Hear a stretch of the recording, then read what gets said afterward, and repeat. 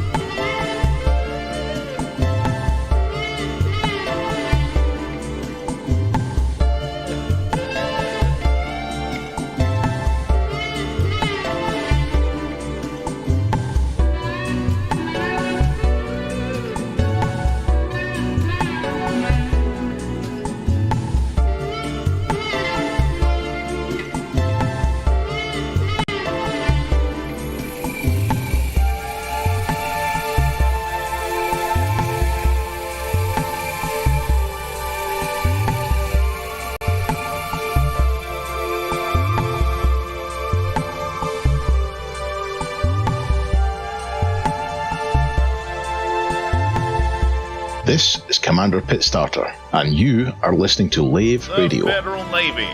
We want you for Adventures Unlimited. Just last week I was mixing Sidewinder slammers at a seedy space bar. I wasn't even pilot registered. And now I have a ship and a basic starting mission for the Federal Navy. Owing to recent actions in the Lave region, the Federal Navy now seeks to recruit another 1,000 entry-level pilots. We need you to add your strength to our military machine. I'm going to see the galaxy. We have missions for all pilots, regardless of combat experience or flight hours. Come and talk to us, and we'll get you on the military ladder. Join the Federal Navy. Make a real pilot of yourself, or die trying. Wait, what's that? Is that a ship coming? Are they looking for me? What do they?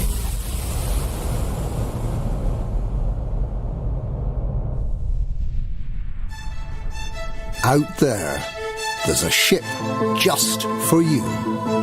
A ship that can carry you to the furthest stars, jumping long distances whilst offering an unobstructed view of the galaxy.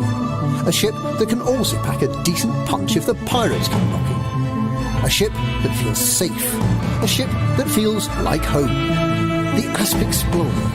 A great ship at a great price in a competitive galaxy. Fly far. Fly safe. Fly in front of things. I'm Commander Pitstarter, and you are listening to Lave Radio.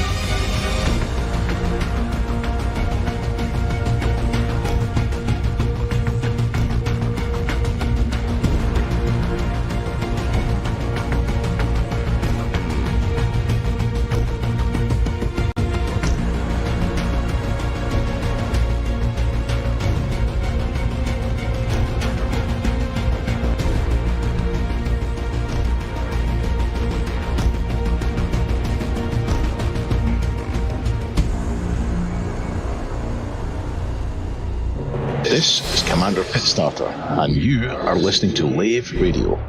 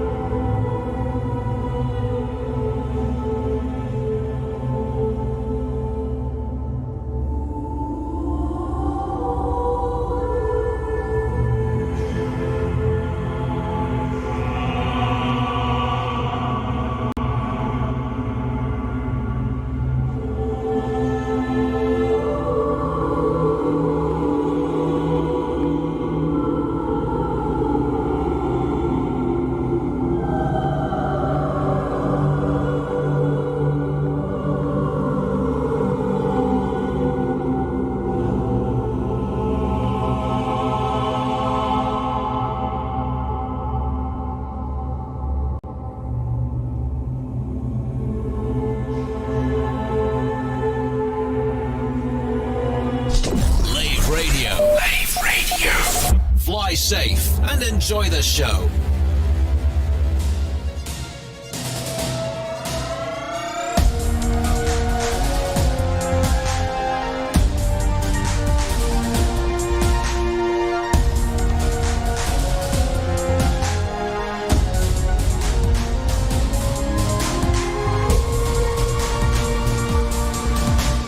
Galnet News Digest, 12th of July 3308. We read the news so you don't have to. In this week's news, we wonder if salvation will ever deliver. The FIA is still trying to catch up with Oberon Church, and we hear tales of the Barnacle Triangle.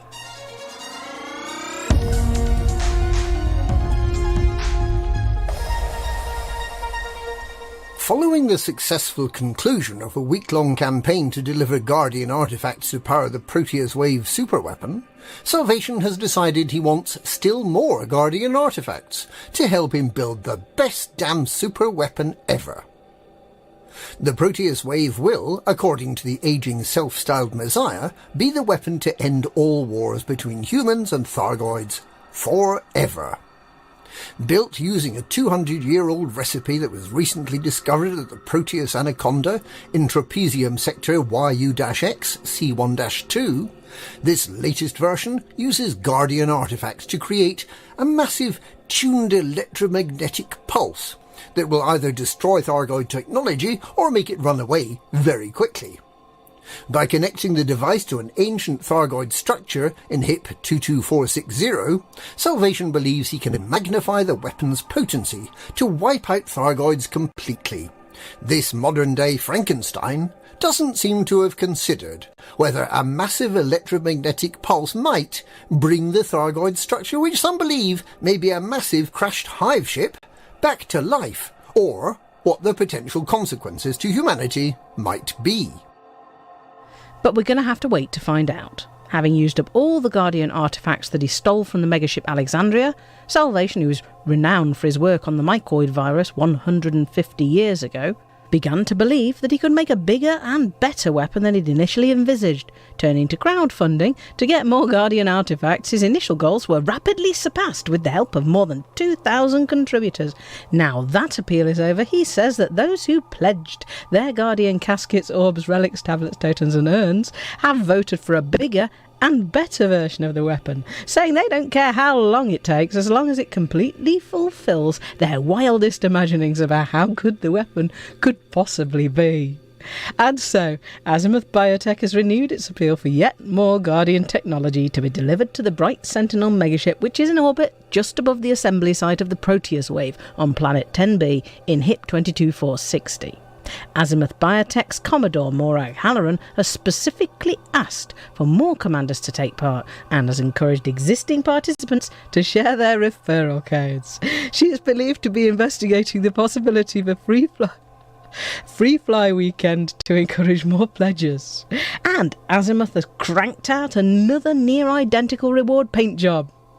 Only this time, it's coloured gold. Some naysayers have suggested that this further appeal is simply a stalling tactic, and that Salvation can make more credits by having his superweapon in a state of perpetual development than by firing the finished product.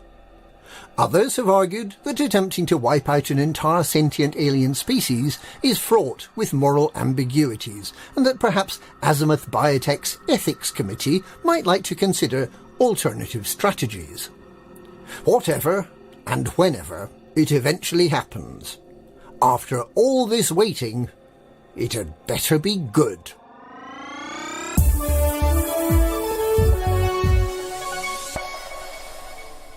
The Federal Intelligence Agency doesn't seem to be having much luck capturing drug lord Oberon Church.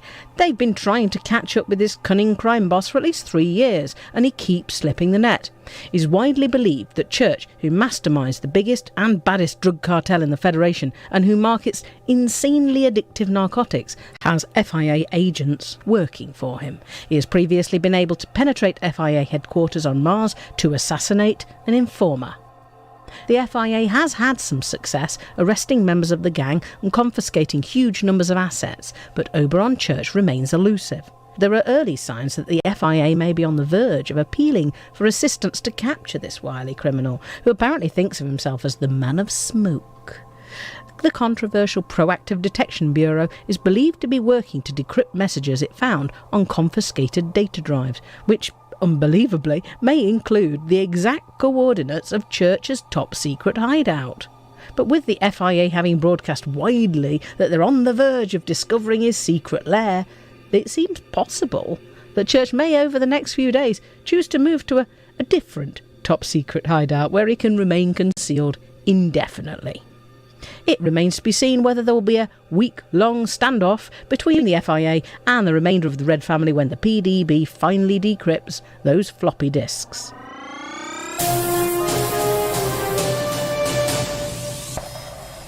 There are 3 Thargoid barnacle sites on HIP 22460 Planet 3, and we've been hearing rumours that quite a lot of ships have been going missing in this barnacle triangle. Commander Asimur and Commander Alec Turner are 2 of the commanders whose ships are believed to have vanished mysteriously in this 3-sided, 3-verticed surface. Some believe it's the 1.5G planet that sucks the ships down to be ripped apart on the rocks. Others believe that holes open up in the space-time continuum and suck the spaceships into a parallel universe.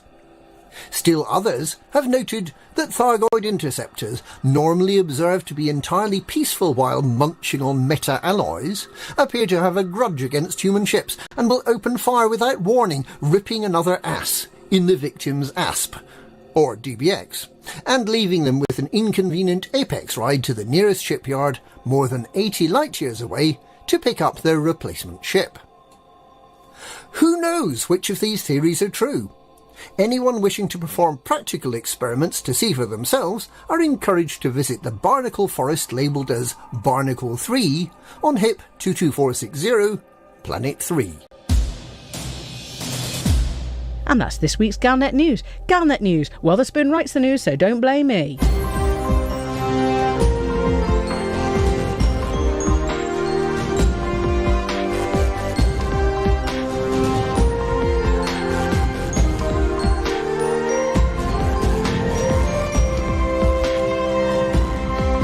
Hello Commanders, my name is Synaptics. Next up you're listening to my track Orbiter. If you'd like to listen to more of my work, please visit synaptics.com, synaptyx.com. Fly safe and enjoy the show here on Lave Radio.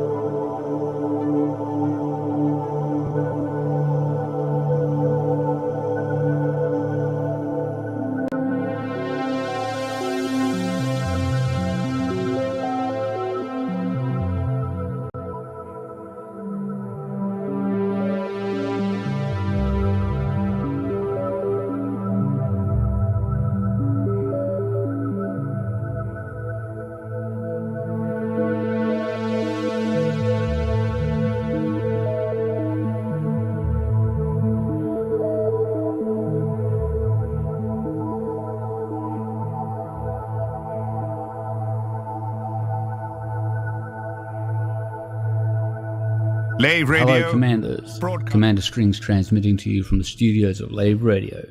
Up next is a tune for all you freight jockeys out there travelling. Available on SoundCloud at 12 Strings Inc.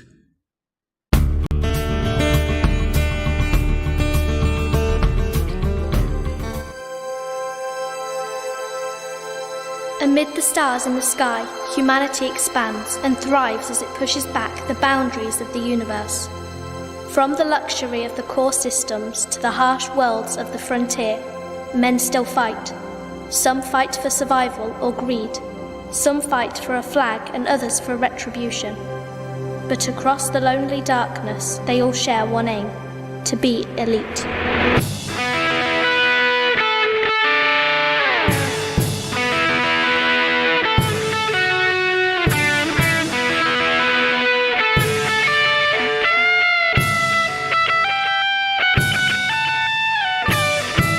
Escape Velocity, an Elite Dangerous audio adventure serial written and produced by Christopher Jarvis.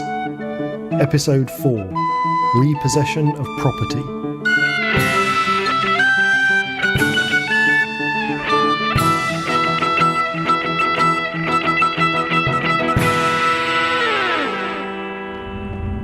You think there's someone here then? I do. I just hope it isn't someone who wants to kill us. I thought you said he was a trader. He was. A lot can happen to a man out here. His place may have even been taken over by bandits. Maybe I shouldn't have brought you here. There's a door at the back. I'll look. Come back. May, be careful.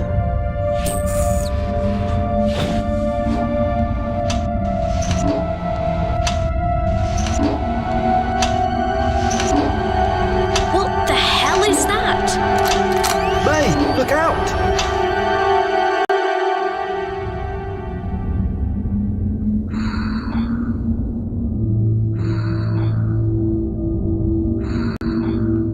What do you want with me? Are you Kurluk? Who wants to know? I brought some robots for you to look at. I heard they're pretty special. Thane? I heard maybe that you were someone that was interested in technology. Where are they? In the back of the buggy. You want to look? Okay, I'll do it. Slowly, or I shoot. No problem here, buddy. Careful, Thane.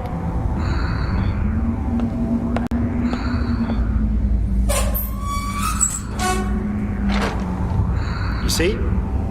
Well, now those are nice. I was hoping you could put me together a couple of clones. Payment?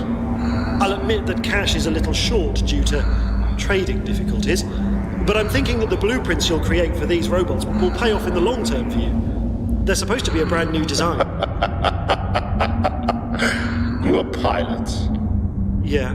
You a good pilot? I'm still in one piece. I can always use a good pilot. Maybe as well as the robot design. You'll owe me a favor, yes? Thane? I can do that.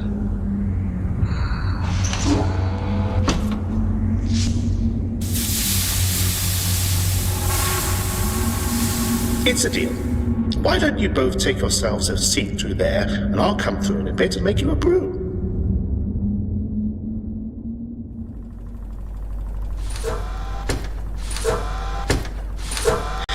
Well, sit yourselves down while I take off some of this battle gear.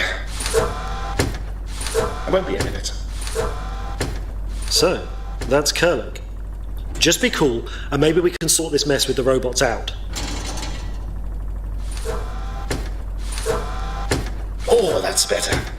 Excuse the theatrics. I've had one or two problems in the past, if you know what I mean. I hate putting all that stuff on. If you two didn't look so innocent, I'd have just let the automatics deal with you.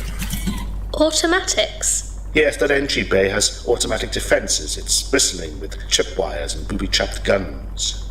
We didn't see any. It's good, isn't it? I thought you were going to take off all your combat gear. What? The leg and the arm? I'm afraid I have to keep those on, sweetheart, or I can't walk around or pick things up. You look confused. Don't be. I'm afraid my hometown was subject to a very nasty virus when I was born. Milliken syndrome is simple enough to treat if you have the right vaccines, but it's amazing what you can catch if you don't live in a place with the right healthcare coverage. Oh, I'm sorry. What? It was you? I'm teasing you, sweetheart. Don't be sorry. Necessity is the mother of invention, as they say. All those mechanical limbs and surgical procedures fairly bankrupted our whole little town. If I hadn't learned how to build replacement parts myself, they'd have all starved. And now I make a living out of my skill making machines. So who's really sorry when it's all said and done, eh? Right. So, what is it you'll be needing then, eh? We've been asked to ship these prototypes to a client here in Semius. There were 4 originally. Unfortunately, we were attacked and 2 of the prototypes were destroyed. We need you to copy the 2 we have, perfectly, down to the last detail. Can you do it? Can I do it? You're asking me if I can do it? Of course I can do it. But remember the price we agreed, eh? You owe me. And I'd take very badly against people who forget their debts. I'd hate to have to send the boys round. They're very, very well-armed boys. Hey, if I make a deal, I see it through. All right then. I'd better take a look at these robots of yours.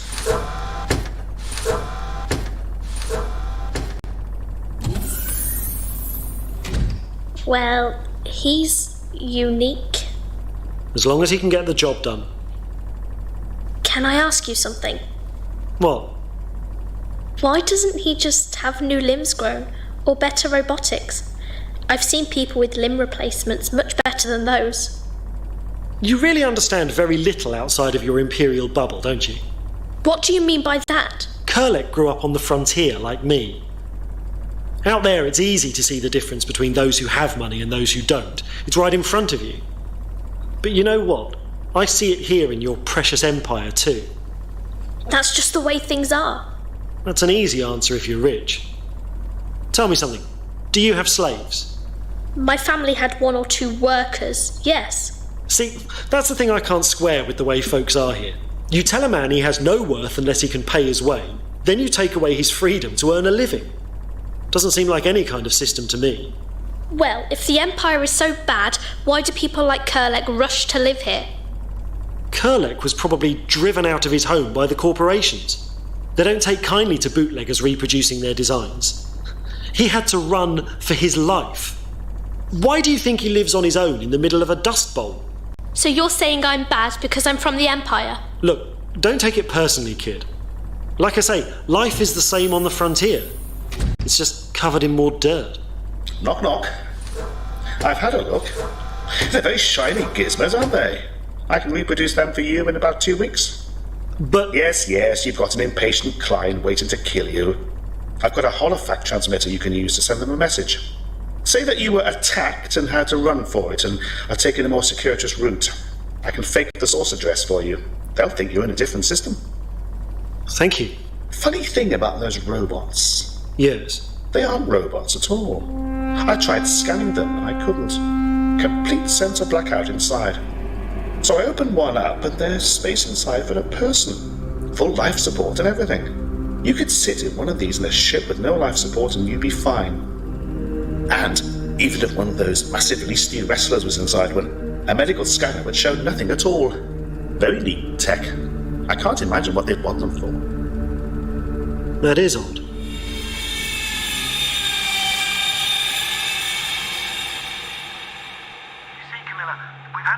Jump out to get away. It's added a bit of flight time for us. We should hit Semius in 2 weeks. I'm hoping you'll be understanding about the delay. I'm fighting hard to keep this shipment safe for you. I'll make the delivery, I swear. Fane out.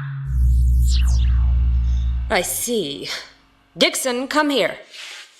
Huh? Get me a robe. I'm going to see Daddy.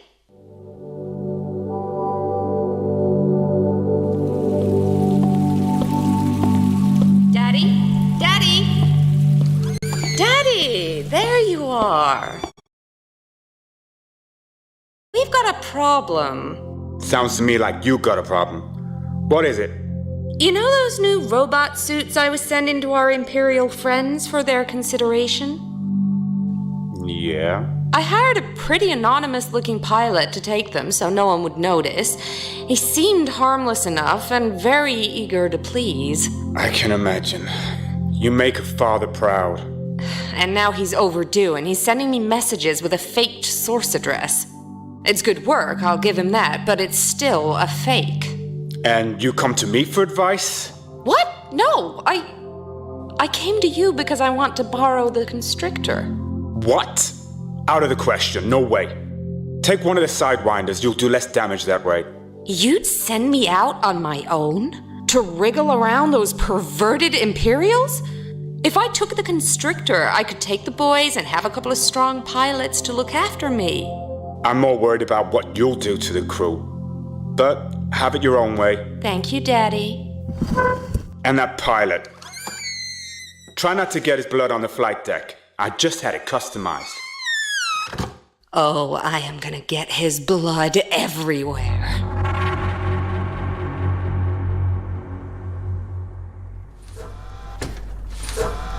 You're both in luck, by the way.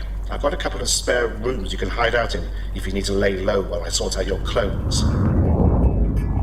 What's that? Sounds like a ship. Is it outside? Is it landing?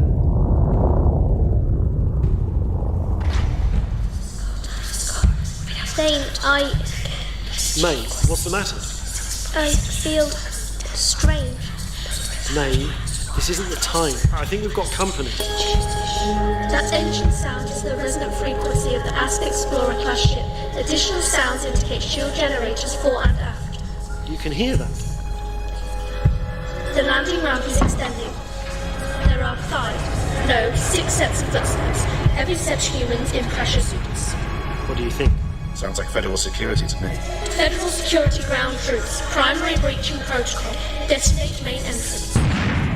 Will your security systems keep them out? We can check on the monitors. Secondary breaching protocol. Disable security focused EMP. They won't disable my security. Security system offline. Great. What do we do? Final breaching protocol. Secure targets. What? Where am I? Thane! Get down! Security! Everybody get down! Now! Get on the floor! Get on the floor! Now! Get on the ground! You are under arrest! We haven't done anything! You are all under arrest on charges of stealing federal technology, smuggling and espionage. But this is an Imperial system! Under Article 5 of the Semius Treaty, we have jurisdiction on cases of border smuggling. You will submit to arrest. We have authority to open fire. Sorry about this. Hey, what are you doing? Let go! You, put down the weapon. Put it down. I'm afraid I can't do that. Release the hostage, now! Ow, you're sticking the barrel right in my neck. It's not the barrel you want to worry about, it's the bullets. All right, enough. Take them. Sorry. No!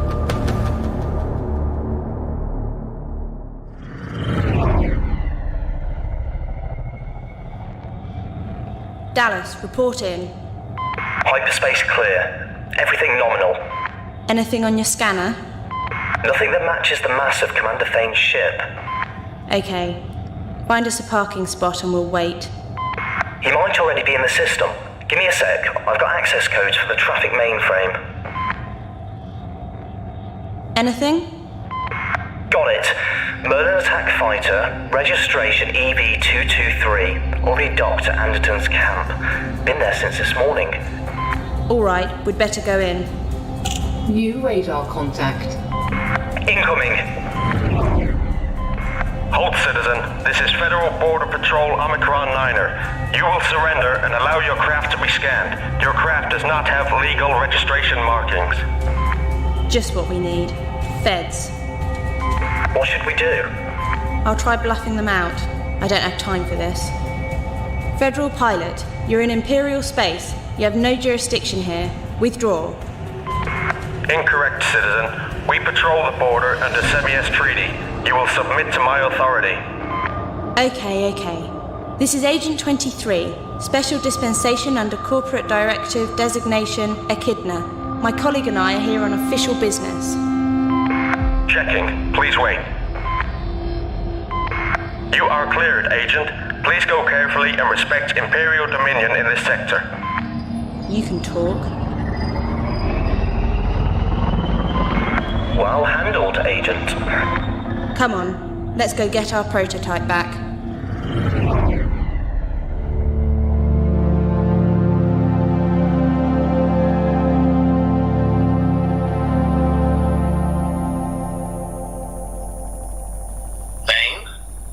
Bane, you can wake up now. What? What happened? The feds used stun grenades on us. You're in a jail. What? But you shot me. Sorry about that. I had to act fast. It wasn't a firearm, it was a subdermal implant gun. The stupid soldiers didn't know what it was. Subdermal implant? What did you do to me? I implanted a radio in your neck. Why? So I can talk to you, of course. Look around. Is there anyone else in your cell? What? Where are you? I'm in another cell nearby. Remember, you can hear me, but no one else can. They can hear what you're saying, though, so keep it dark, eh? How are you calling me? Let's just say it's a good job I build my own body parts. I've got all kinds of goodies stashed about my person. Even these jackboots wouldn't take a poor cripple's leg now, would they? You are something. Right, I need your help to get us out of here. Are you serious? If we escape, we're federal fugitives. Then I can kiss my hopes of an honest life goodbye. Come on, I thought we had a deal. We had a deal for your bootlegging services, which I haven't used. I don't owe you anything. Oh, lovely. Not even shedding a tear that you got me arrested. How did I get you arrested? Those robots were probably riddled with tracking devices. The whole thing was a setup. You know what they want me for? Breaching technology patents. That's something for which the Imperials and Federals will happily put aside their differences and screw me together. Well, I'm sorry, but that's the way it is in space. Every man is responsible for his own crimes. We'll see. You've got a visitor. What? Knock, knock. Who are you? Hello, Commander Thane. We've been waiting a long time to meet you.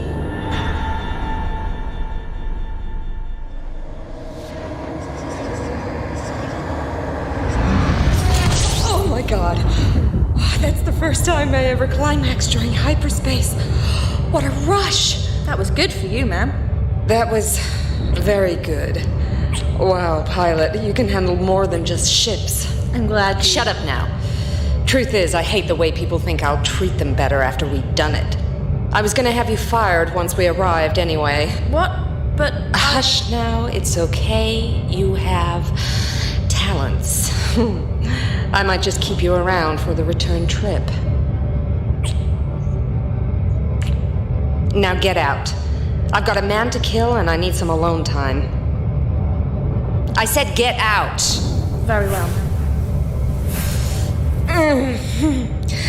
Now I'm really in the mood to kill. Dixon! Show me the traffic reports for the system. As I thought, Thane's ship is docked already. Dixon, have the pilot take us to Donaldson and wait in orbit. I'm coming up to the flight deck to take the weapon controls. As soon as his ship leaves the pad, I'm gonna kill him myself.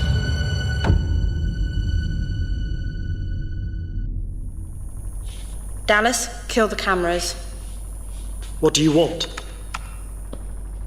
I'm Agent 39, and this is Agent 23. You're in serious trouble, Thane. We can put you away for a very long time. You're up to your neck in it now, boy. For what? Smuggling stolen Federation technology? Espionage? Maybe even subversion? That's bull. You reckon? Look, check the records on my ship. All I did was agree to ship 2 containers of robots from Delta Pavonis to Semius. I booked all the cargo through customs. As far as I'm concerned, the job is legit. And these were the robots given to you by Alpha 23. The woman you know as Camilla. She's Alpha 23. You're Agent 23. What is it with you and 23? Do I get a number?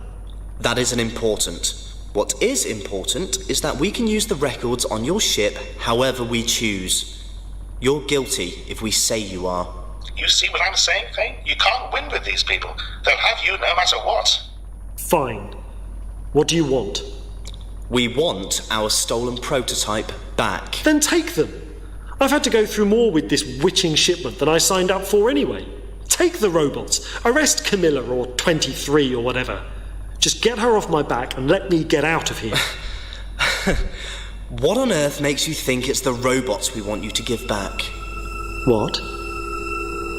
You want May? That's who you're really after, isn't it? Why? Commander Thane, I think we misunderstand one another.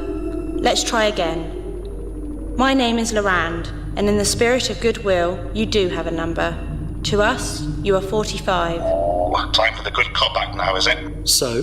I know you just want to get out of here and get back to being a legitimate and law-abiding space jockey, and maybe hoping, one day, to earn that elite ranking. We can make that happen. You just need to give us the girl.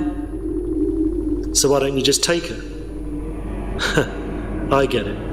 You didn't turn off the camera to intimidate me. You turned it off so the other feds wouldn't know what you were really here for. I've been very patient, Thane, and I have little time. We can get you out of here in minutes. All we ask is that before you leave in your ship, you hand us the girl.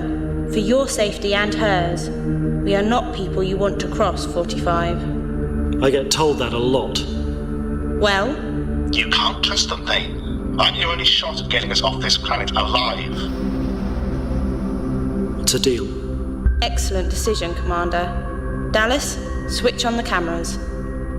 Be seeing you. Kerlek? What do you want? How quickly can you get us out of here?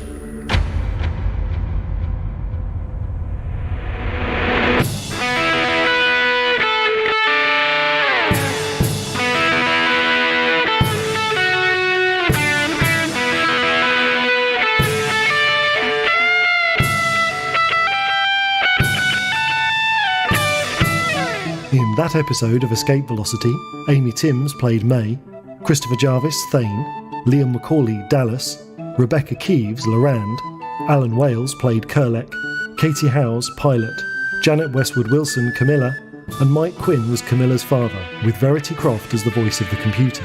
Escape Velocity was written and produced by Christopher Jarvis, with additional music by Alan Stroud, and is a Radio Theatre Workshop production.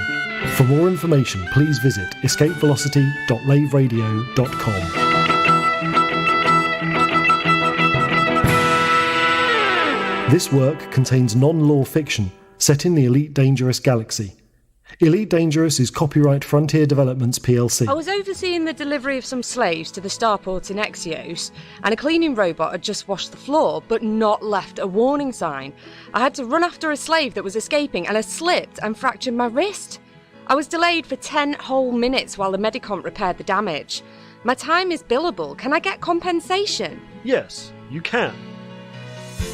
I was on a regular trading run back to Sol, and it was my job to repaint the outside of the ship. I was given the wrong kind of EVA clamps. Nothing bad actually happened, but it did give me a fright. Can I get compensation? Yes, you can. I was checking some robots through customs when I distinctly heard an official call the robots clanks. I was deeply offended, even though I'm not a robot myself. That's their word. You're not allowed to use it. Can I claim for moral outrage? Yes, you can. At Cowell and McGrath, we are now taking any kind of legal action. No case too small, no justification too frivolous. If you've been lightly inconvenienced, embarrassed, or in any way put out, then someone should be made to give you money. Don't be a stupid clank. Excuse me? Cowell and McGrath, taking on any case, playing the percentages. Dreams. Humanity's dreams. The hope to live among the stars.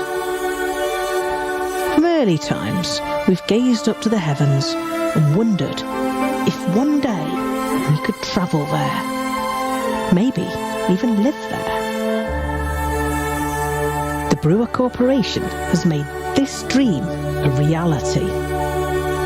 Constructing intricate cathedrals of metal, circling numerous planets across thousands of systems in our human bubble.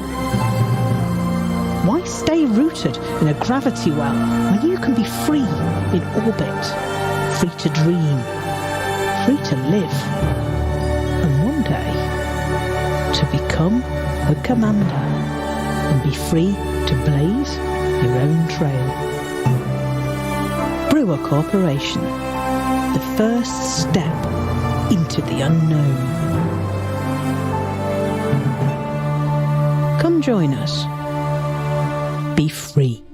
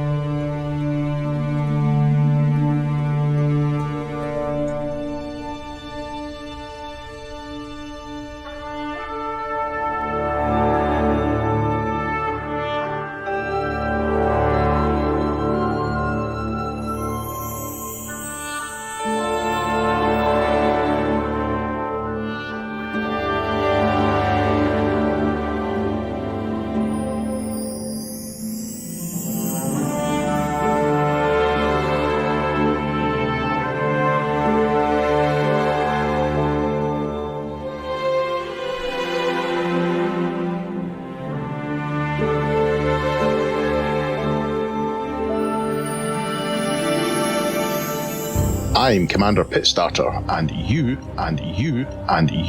are listening to Lave Radio.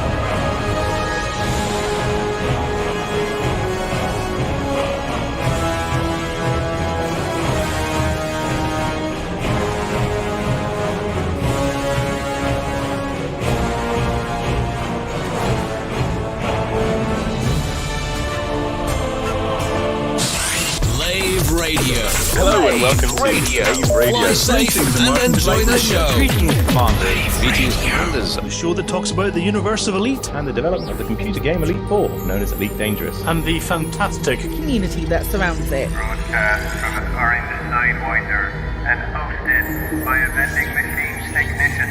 A place of nonsense and innuendo for forum dads. A self-contained podcast 2 hours long. Transmitting to every corner of the galaxy. It's even louder than me. The hottest show this side of Dizzo. The name of the place. Lave Radio.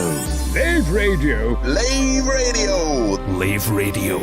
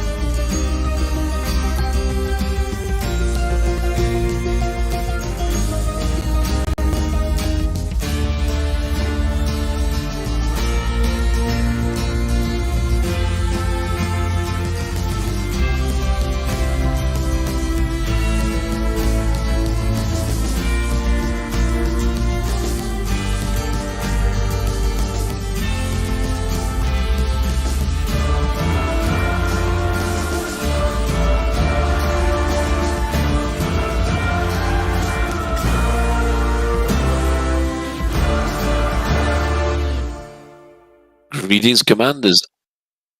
Greetings, Commanders, and welcome to episode 410 of Lave Radio, the show that likes to talk about the universe of Elite and the fantastic community that surrounds it.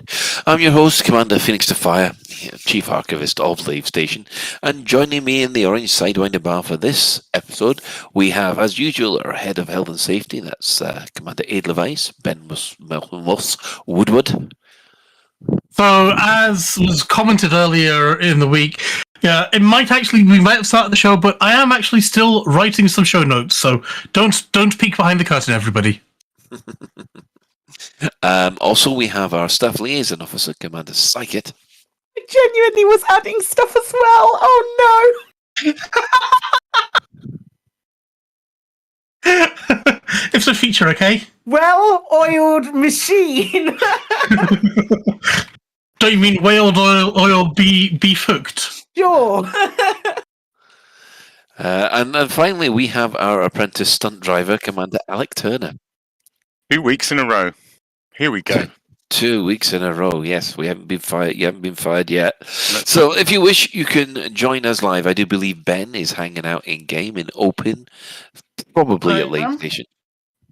I am, and I am. Yeah, you are, and you are. Yep. And you can obviously go and say hello to him. And if you can't get in game, you can always join us on the Twitch chat channel, which you can access through laveradio.com/live and click on the live chat. Or go to twitch.tv/laveradio or YouTube or Facebook or Twitter. We're all on all of them.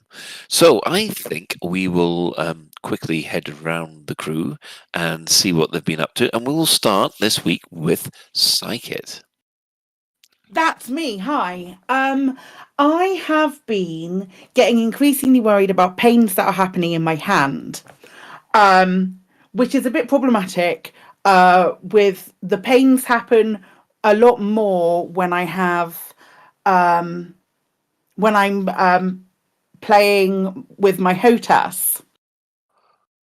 Yeah, you've got to be careful how you say that. Yeah, exactly. I know, I've been very, very careful with it. But as you can imagine, that hampers kind of like things that I do and I like to enjoy.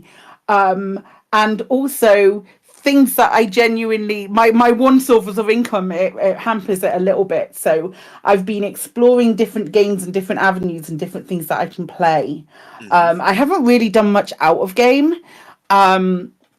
Out of games and stuff. Maybe that's part of the problem. We've been binge watching old episodes of Taskmaster because it's not something that we've watched like ever until really recently. So we've been like binge watching through the series of that, and then also today was my very first day ever playing Cyberpunk, and I am so happy that I knew nothing about this game. Yeah. It's so good. How have you been finding it? So I've got I played like the first 4 hours today, and it's 4 and a bit hours. So I got to the Cyberpunk splash screen, and I thought that was a really good place to end it. And then I was like, then something else happened, and I was like, okay, maybe I have to play a little tiny bit more. And then the next thing you realise, you spent 15 hours in. No, I couldn't, because I had to come on this, didn't I? Oh, sorry, it's happened. But yeah, I'm so glad I'm playing it now and not when it came out at launch. Oh, yes, because definitely. I probably would have the same like negative feelings that some people harbour for Elite Dangerous. Yes. For Cyberpunk, but I honestly have really enjoyed what I've played so far. It's still a bit janky in places, but oh man, it was very good. Other than that, I've not been doing an awful lot. I did a little bit of CG stuff, unlocked a couple more on-foot engineers in Elite. Yeah. But that's about it. Oh, right. Yeah, I mean, I must admit, just to go off topic a little bit for Cyberpunk, I started playing that, I think, when patch 1.5 came out, and I must admit, it really did get its hooks into me. But it was weird, because basically I walked away from it for about, I think, a week, and that's it. I've never gone back into it. It's just one of those. It's just one of those things where I've got to a certain point, and I'm kind of intimidated by the amount of complexity behind it. And this is ironic coming from, someone who plays Elite. that it's like, oh god. I mean, I want to have my best character, but I've got no idea which bits to put in where with these C. I love the things that basically turn you into Wolverine. Yeah, I love those things. Yeah, it's a fantastic game now that it's been patched, but I'm so glad. And like you, Psyche, I am so glad I didn't get it at launch. Yeah, I think there's only so much salt to go around, and Yeah. I was salty enough about the Elite Dangerous Odyssey launch that I'm kind of glad that I didn't. I saw everybody getting Cyberpunk and being really pissed off at it, and I'm really glad that I would have spiraled. Let's be honest. Yeah, and to be honest, one of the things that's happened with Cyberpunk since 1.6 came out is that people have realised actually it's good now, and they've all started playing it because the player numbers have gone up through the roof. Interesting. That it's also the series on Netflix all about Cyberpunk. That's which what has they're trying to reinvigorated. They've reinvigorated a lot of interest in the game. Yeah, I mean, to tell you the truth, I'm glad they put another patch out just before that came out. Otherwise, Anyway, yes. Enough of that. We shall move on to Alec. Hello. Yeah, so I've been plumber's mate all week because we've had these guys in swapping out my central heating system. Right. And I'm now sitting here in a very cozy, warm house with brand new radiators and a brand new boiler, and I'm tinkering with an app that lets me set heating curves and all sorts of fancy things on the boiler. It's good, actually. It's been quite fun. I've learnt a lot about boilers, and just in time to switch it off. Yeah, well, yeah. God, it's cost me many GTX 3080s, which I would have much rather spent the money on, but I suppose it's the right thing to do. We'll see. Responsibility. All you need if you buy 3 or 4 GTX 3080s, they'll heat the room up for you. Why didn't I think of that? Damn. And you could use it, you could use them to Bitcoin mine while you do it. Actually, that's gone out of the market now, but yeah. I do have lots of well-laid pipe now, and I'm sure everyone here likes a bit of well-laid pipe. Don't we all? Well, there you go. And then in-game, what have I been doing in-game? I actually, I've been mostly in spreadsheets, adding up people's buckyball scores. I expect we'll come on to that. And I've been doing a little bit in the CG. I dipped into the CG just to hit 75% in the two.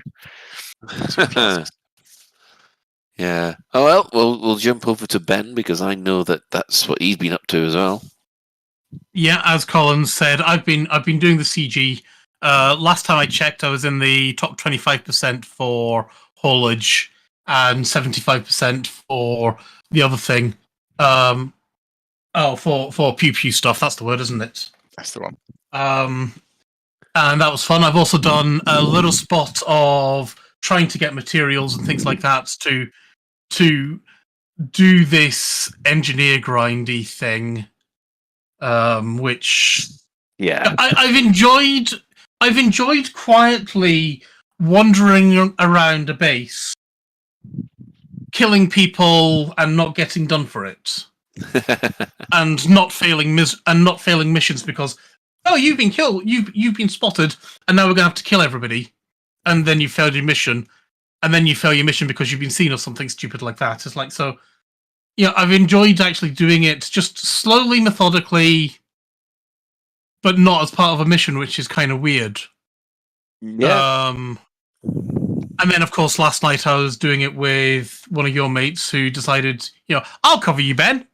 And then he runs off up the stairs and lets me get shot in the back while I'm downloading some data. But, I'm not bitter about that at all. No, you never mentioned it at all last night when I finally caught up with you. No. What else have I been up to? The other thing I've been up to is did I mention last week that I got Babylon 5 on Prime? So, I've been watching lots and lots of Babylon 5. I'm coming towards the end of season 1. I did miss TKO and there's 2 episodes I missed. There's one with the egg and stuff like that, which did my head in, and TKO, which also did my head in. Although not as much as the egg one. Babylon 5 in that first season is so hit and miss because you have one of the best episodes in the entire series. Most of it is very, very good. Mm. Yeah, you get one of the best episodes, Sign of Importance, and then it's followed immediately by TKO. Yes. But I mean, you've got Signs of Importance, which is a great episode. You've got Voice in the Wilderness, which is a great double-parter. You've got...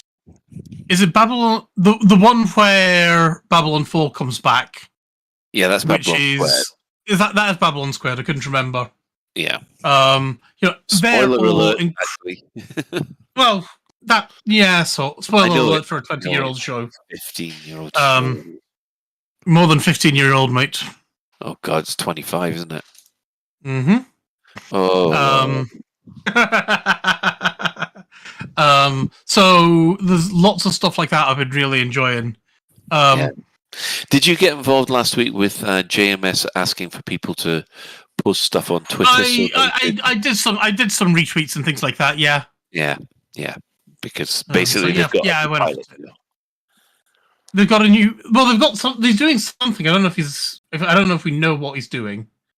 No, it's all shot and ready to go. They need to put the side. They've got something shot and ready to go. They've got other things not shot. Mm-hmm. So we'll see. I watched the Dart mission last night. That was fun. Oh yeah.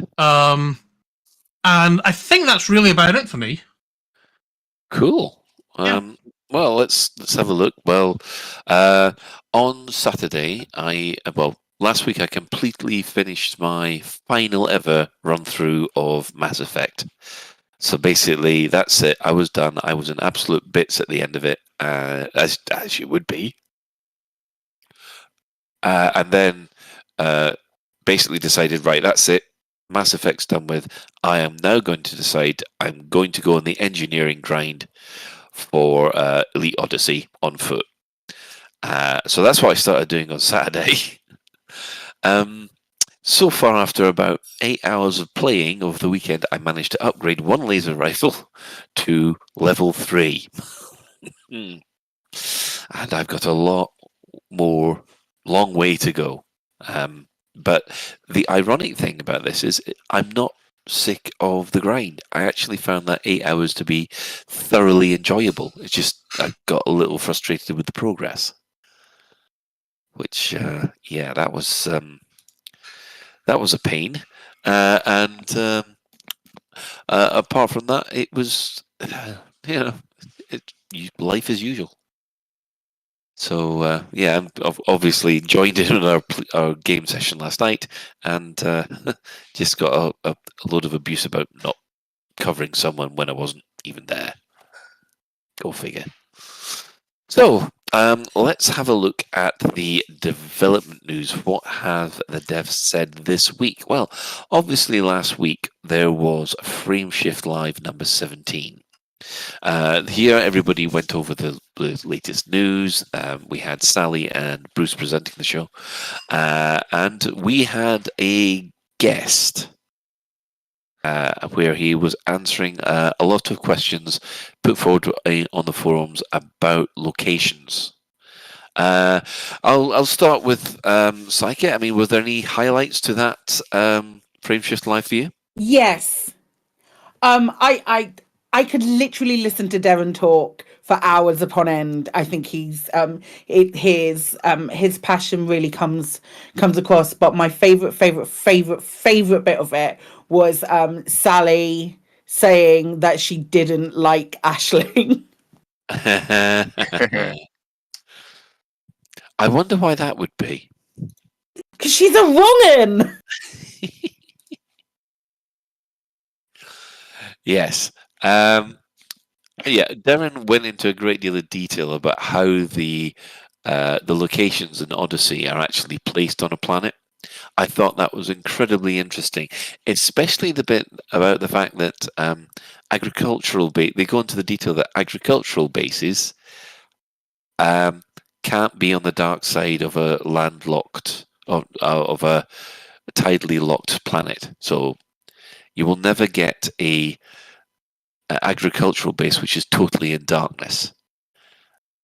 And I must admit, I had never occurred to me that kind of thing would be important. And then, yeah, it just made perfect sense. You need sunlight to grow plants. Yeah, it's true. Yeah, it was good. I like that bit. The only thing for me that was a slight downer, and then I actually contacted Derrin, and he was kind enough to answer on the forums, was he was talking at one point about the fact that the Odyssey settlements are never any closer to each other than 220 kilometers, I think it was. Gotcha. And I found that kind of disappointing. So in Operation Hot Mess, I've kind of put a call out for anyone that finds anything interesting, any amazing bases that are halfway up a mountain or bases that are close to each other that we could race SRVs between, to sort of report back to me. Yeah. And we've had a few kind of 260 kilometer, 250, those kind of distances. In Horizons, we have, certainly on Wasat, we have these two fantastic bases that are 50 kilometers apart. And it's probably one of our most popular sort of, SRV racing locations. You just race between the two bases. Takes maybe, 20 minutes, or it's brilliant. And the fact that Horizons has got these built-in rules, I found a bit disappointing, because I think the outliers are where the fun is often. Yeah.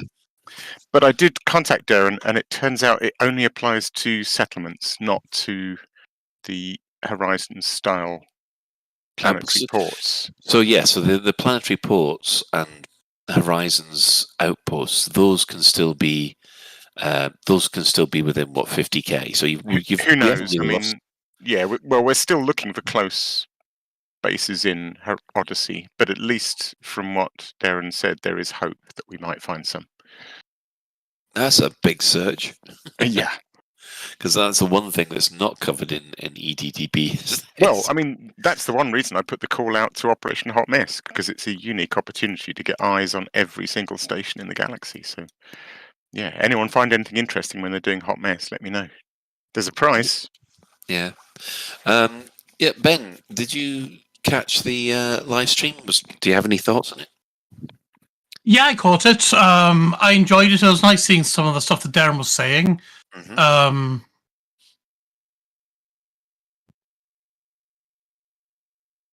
How do I'm trying. It was interesting to hear how how involved he was in some of the decisions for the artwork and things like that, and how. But what he was saying goes up against one of my pet peeves in Odyssey, so I probably just leave it there. Fair enough. Well, we will diplomatically move on from there then. Yeah. The whole of the Frameshift Live format, it does seem to be working at the moment. Are they hoping to have any more devs on for the next couple?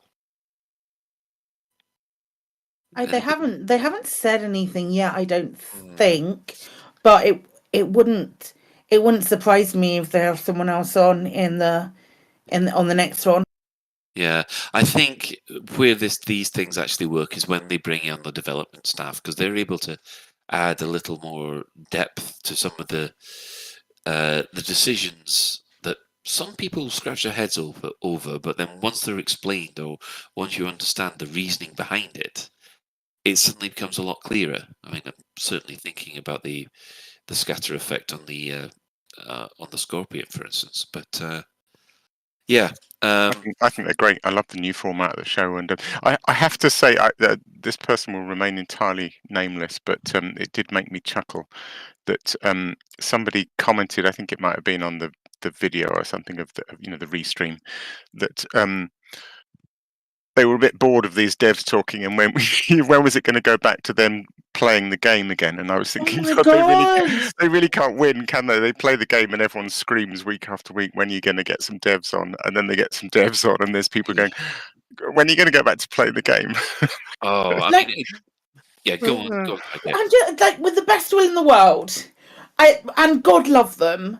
I love those humans to pieces. I've been chatting to, like, on different occasions. I've had lots of really nice positive interactions with a lot of them, but there are a lot of Elite Dangerous streamers out there who are playing the game an awful lot better than they do. I'm not including myself in this, but really, like, there are an awful lot of Elite Dangerous streamers who are playing the game. If you need to get your fix of watching somebody else play Elite Dangerous, it is there. You're dead right. That's a really good point, actually. Watching with all the best will in the world, watching the CMs play is not the most enlightening Elite Dangerous experience. No. Are you sure this person wasn't being sarcastic? It's hard to tell, isn't it? I don't think so.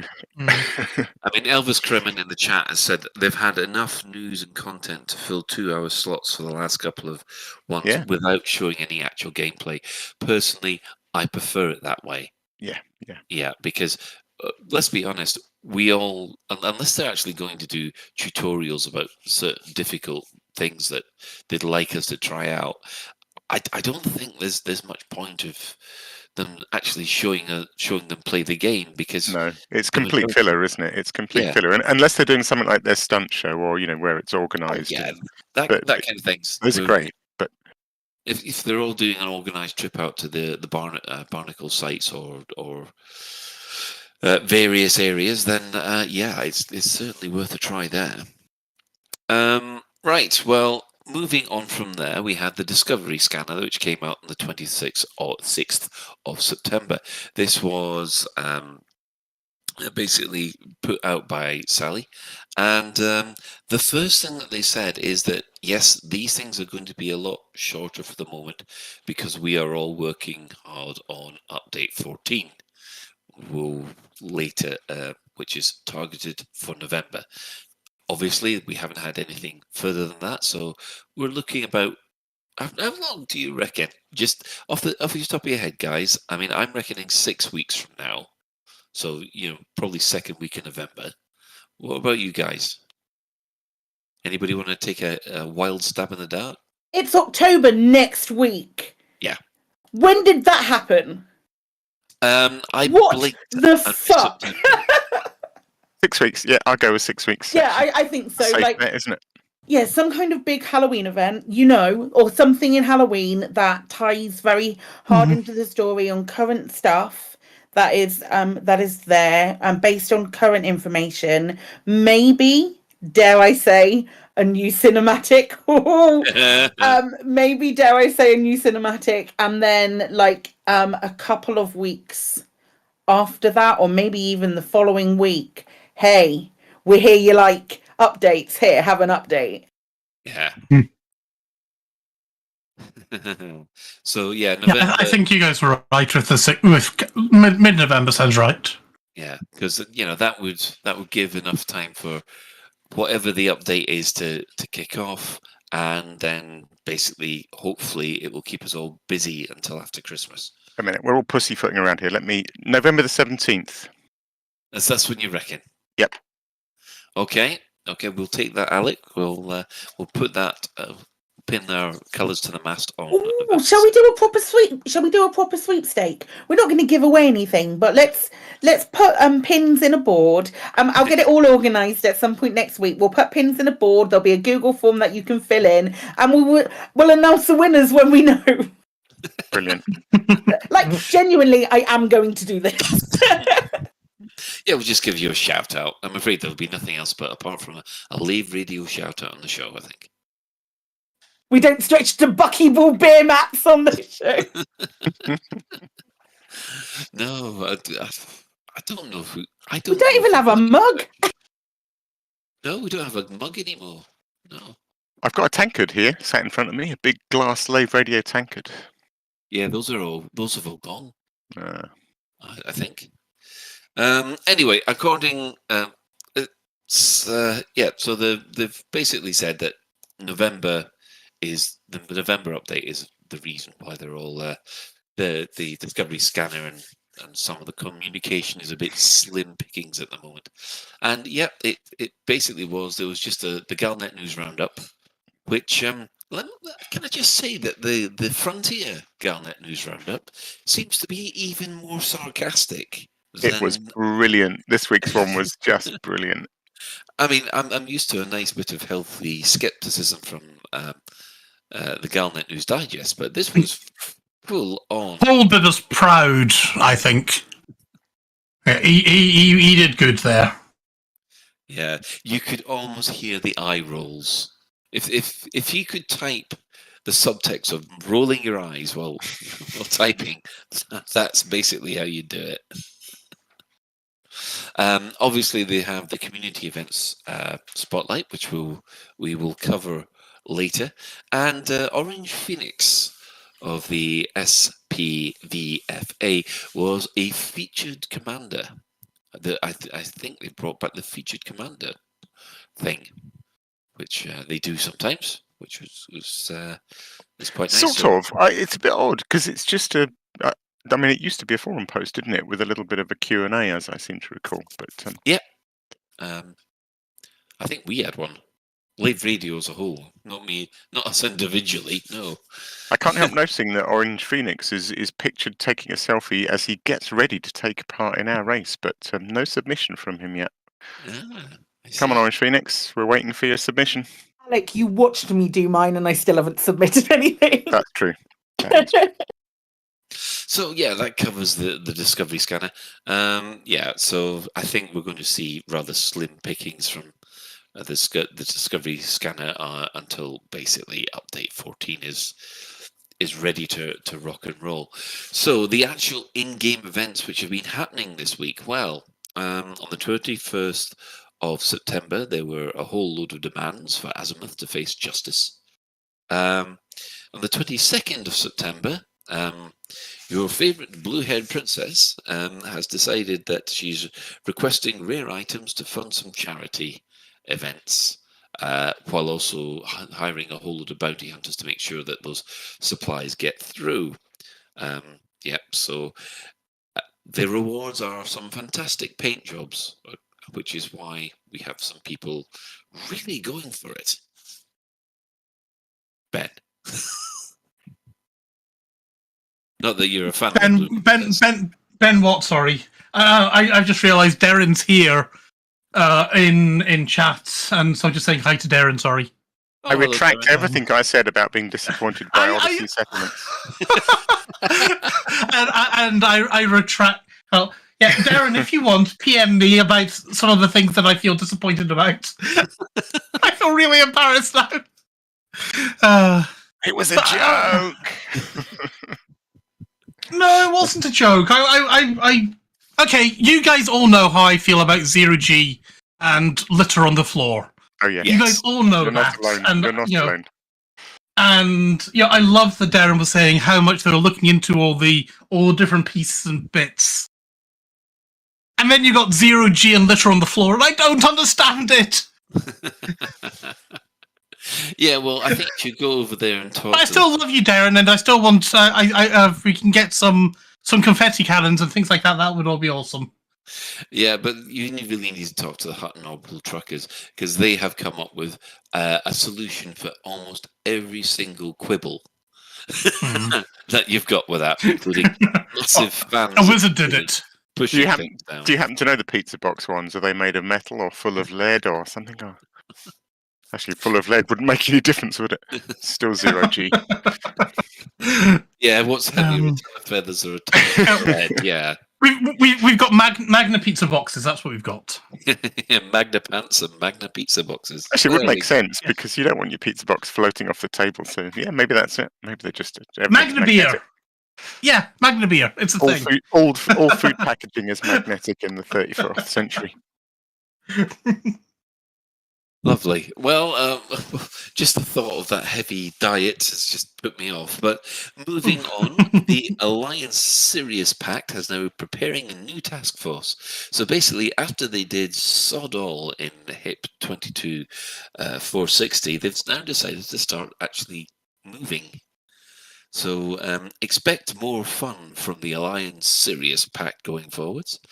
The deep space anomalies have generated general discussion on the 23rd of September, and it's funny you should mention them because these deep space anomalies, according to Down to Earth Astronomy and having looked at the Canon website, there seems to be some debate that all three of them seem to cross paths with Sol at one point.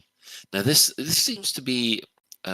Some people have said no, it's HIP 22460, but Down to Earth Astronomy is convinced it's Sol. Alec, deep space anomalies referred to by many names, most popular of which is the anomalies. Really? I mean, really? The Tharg Star, the Guides. Which ones do you prefer? Has anyone ever heard anyone in the community call them the anomalies? No. Space no, butthole. Me neither. Still space butthole. It's not a space butthole. Did you appreciate my tweet?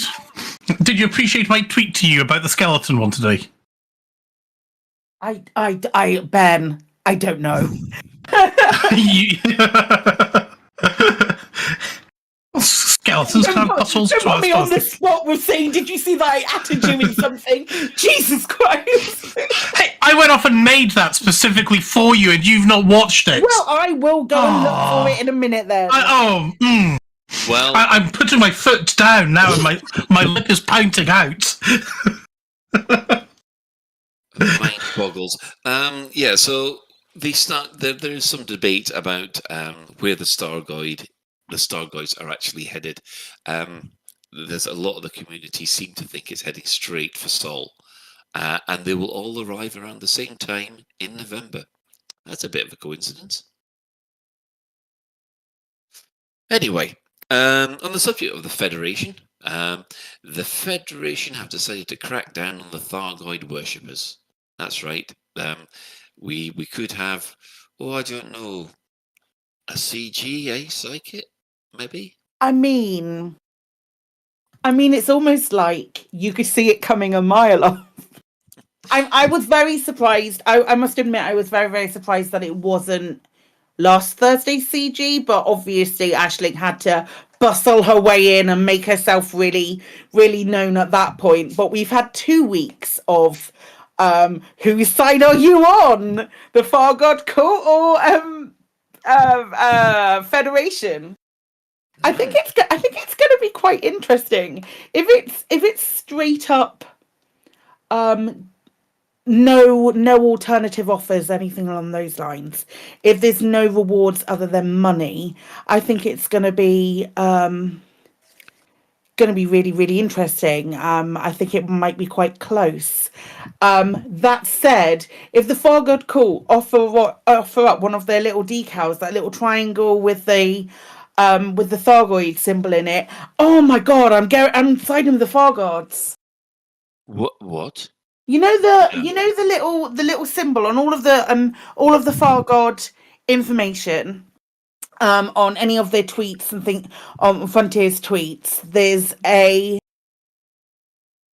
this image that they've got with it, which is like a Thargoid vector image, some moon phases around it, and then a triangle in the background, and it's really nice. It's a really nice image. It's a lot nicer than the Azimuth Biotech or the Salvation images. It's quite a nice logo, and I'm really hurt by what Derrin just said in chat. And please don't take away my Corvettes. Why? Oh, what about if you could get, like, say a decal with the Thargoid cult stuff, or a paint job for your Corvette? I buy paint jobs for my Corvette, ship kit for my Corvette. Now we're talking. But I think I've seen the predominant amount of people that I've seen have said, "Oh, it's quite interesting," but they think they'd side with the Far God against the Federation. Oh, wow. You guys know me. I'm against the Federation pretty much regardless of who they're up against. So, you're a bug lover anyway. Also, me being a bug lover, I'd be in favor of the Thargoid cut anyway. But especially if they're against the Federation, then bye bye, guys. Yeah, as I say, I think it's going to be quite interesting. I think it will be closer than a lot of people who have decided that they're one side or the other think, if that makes sense. Yes. Yeah. I must admit, I am. I will probably. Oh, actually, no, I'm not going to be able to play Elite Dangerous this weekend, but I know which side I'd be on. So, yeah. Right. Well, we will take a short break. I think Alec had something that he might wanted to say. Oh, it was just about rewards, really. I was just thinking. Well, I was going to say, the Federation's this massive, thing. So clearly they can afford to give wonderful rewards, and the Far Gods are a bunch of nutters, so they probably can't give any rewards. But then Psychic completely trumped that by coming up with a decal, which actually I'd much prefer to anything fancy that the Feds come up with. So I hope they don't do any rewards. Derrin, please don't do any rewards. Let's see how this plays out. I really want to know how it plays out without any biasing. But I'm with you. I'd rather have it as an honest race. Yeah, be fascinating. No problem. Right, okay. I think we will just check because it's that time of the week.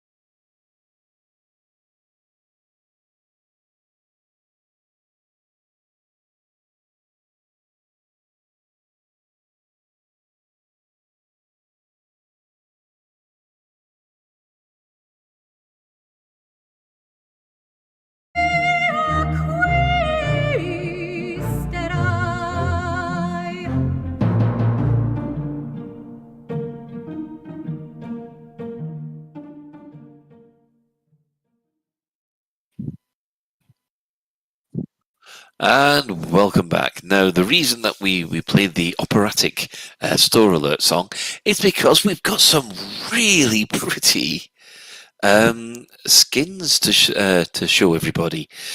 For those of you that like the Orca, there is the Expressway paint job, which, to tell you the truth, well, the Orcas are absolutely fantastic. looking ship, in my opinion, anyway. But these skins, they make them look fantastic. Is anybody else tempted? Because I know I am. Love the loving the galvanized scorpions. Well, we're kind of going to come on to that yet, but we're Sorry, just yes, I realised I've just jumped the gun there. we're talking about the orca first. Nothing, no galvanized scorpions.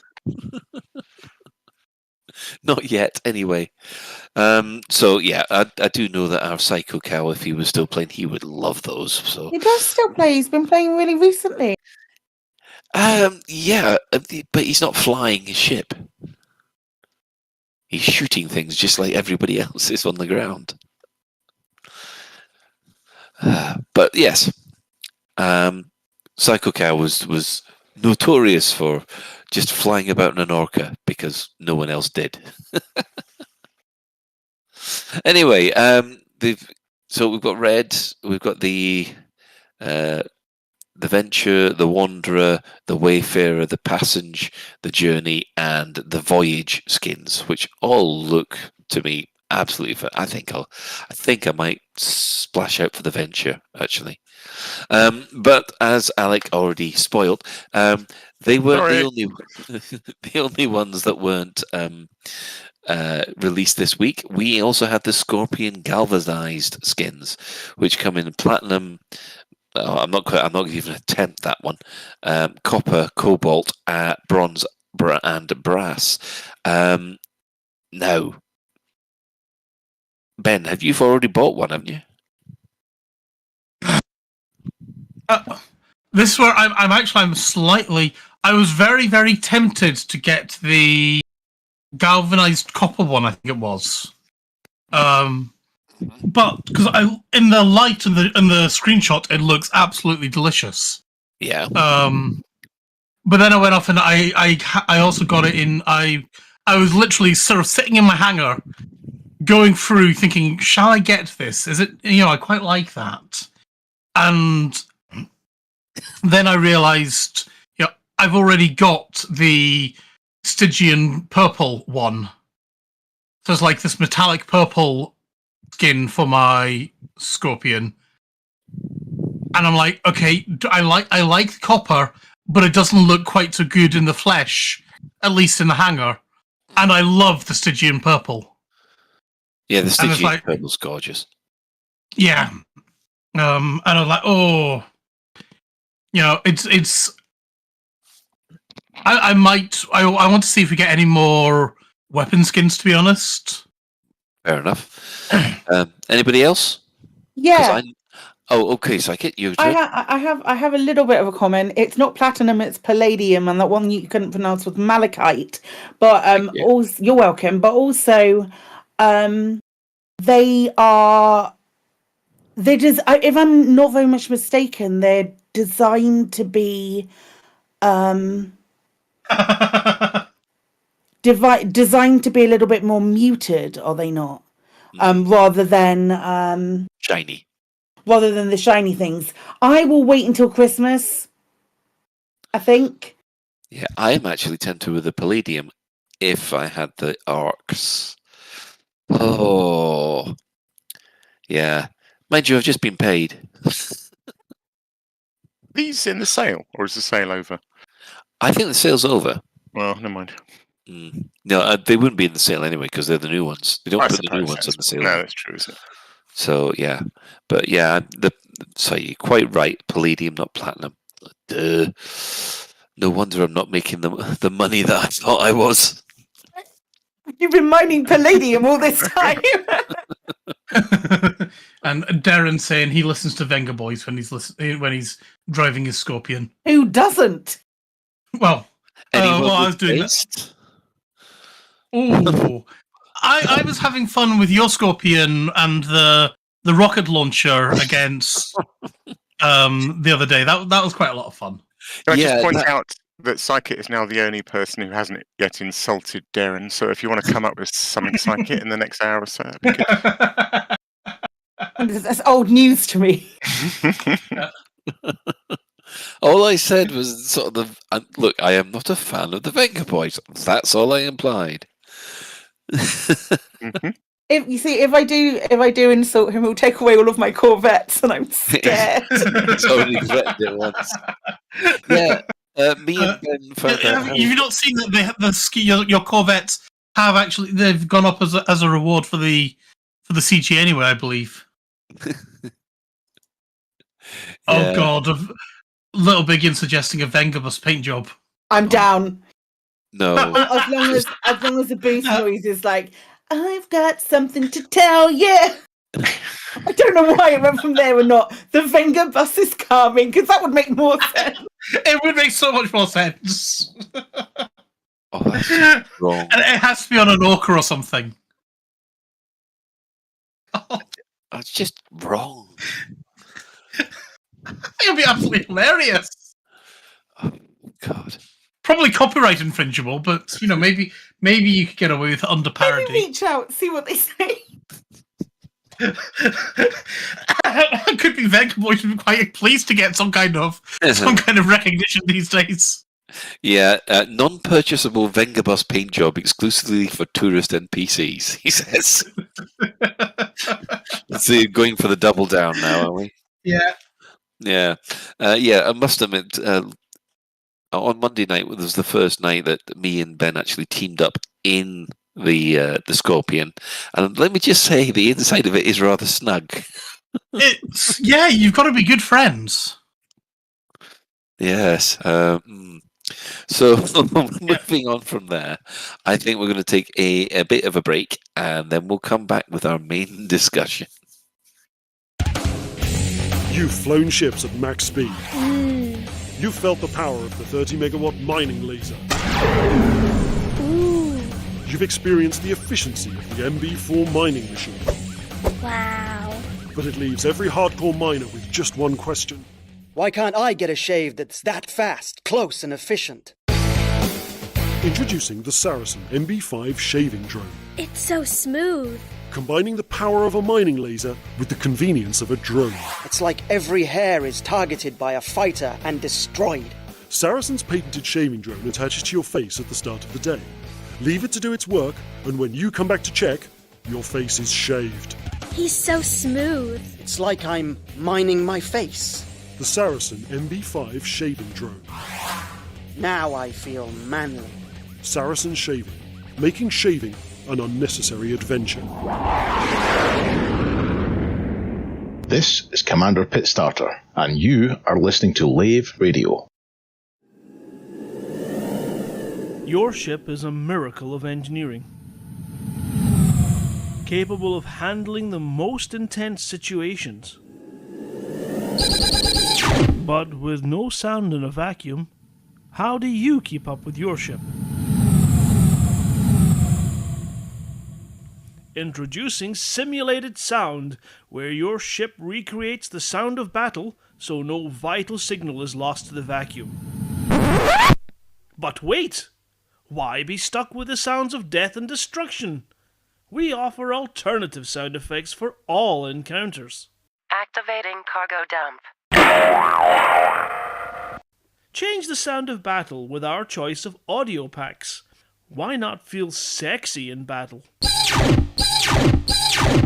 Installing sound pack.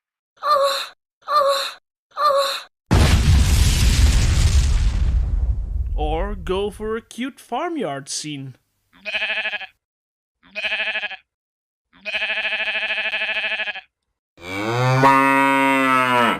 Or even our classy stress reliever. Impact in 5, 4, 3, 2, 1.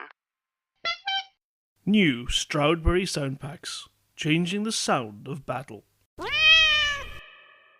You've listened to 400 episodes of Lave Radio. Why? From the makers of the MB5 shaving drone comes the latest in personal grooming technology. Here at Saracen, we've heard your request loud and clear. You want something new. Applying all the recent technological advances. Introducing the Panther Clipper. Gone are the days of your unruly body hair making you look like a bedraggled alpaca. The Panther Clipper is the biggest, baddest shaver credits can buy. A shave so smooth it'll shave 10 milliseconds off your buckyball time. The new Panther Clipper from Saracen. It's exactly what you've been asking for. Welcome back. I'm sorry, but I didn't realise that would have an alpaca in it. It's amazing. Oh, I love it. I'm sorry, that's just thrown me completely right at the end. But so what the hell's that? I got no idea, but it's probably an alpaca running away. Thanks, Chris. Anyway, as someone on the forums have pointed out, actually, it's now 4 years since we last had a new ship appear on the in space. So one of the things we were asking this week was, anybody got any ideas for a main topic? Because there was a gag last week that basically we were making it up as we were going along. Right. Not that it ever happens on the show. But a couple of suggestions were made, so we can use them for future shows. But one of the ones that intrigued me, and especially because there's a massive thread on the forums about it at the moment. Obviously, 4 years since the last ship was released, which I think was the Crate Mark II. So what I thought we'd do is we could look over all the old ship designs and see if any of them are relevant, or whether or not, there's no point putting them in because that area of the game was completely covered. Now it'd be quite interesting to see, because Psychit's wasn't alive at the time of the first game. I mean, I was alive during the first game's playing through, but I couldn't really roll over or stand or walk or have conversations. So using a computer might have been slightly tricky at that time. You could have just rolled over the keyboard. Like any modern gamer. I mean, that'd work out. That's about my normal playstyle, so we're good. So it's the same as now, but without the gin. But exactly. So, I mean, it would be interesting because we'll be able to go through most of these ships, Psychic. Now, you probably won't have heard of half of them, but what I'll do is I'll give you a quick description of what the ship did in the old game, and you tell us whether or not you think there's space for it in the game, or whether you think it's got a proper role. Does that? Am I making sense? Yeah, it makes sense. Good. And of course, I know like what roles I'd like to see filled by that personally I feel are missing.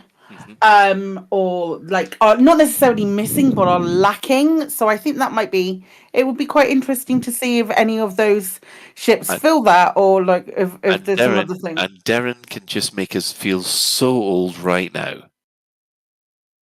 Derrin's a little babby. He was born between Elite 2 and the First Encounters. So most Frontier staffers are babbies compared to us. Jeez. Oh, God. Yeah. Thanks, Derrin. I know that I'm heading towards the grave soon. Thank you. Anyway, gee, as bad as my son telling me that I'm old. Did you see in the pre-show we were like, oh my god, you guys are all still here. I didn't think you were alive. Who said that?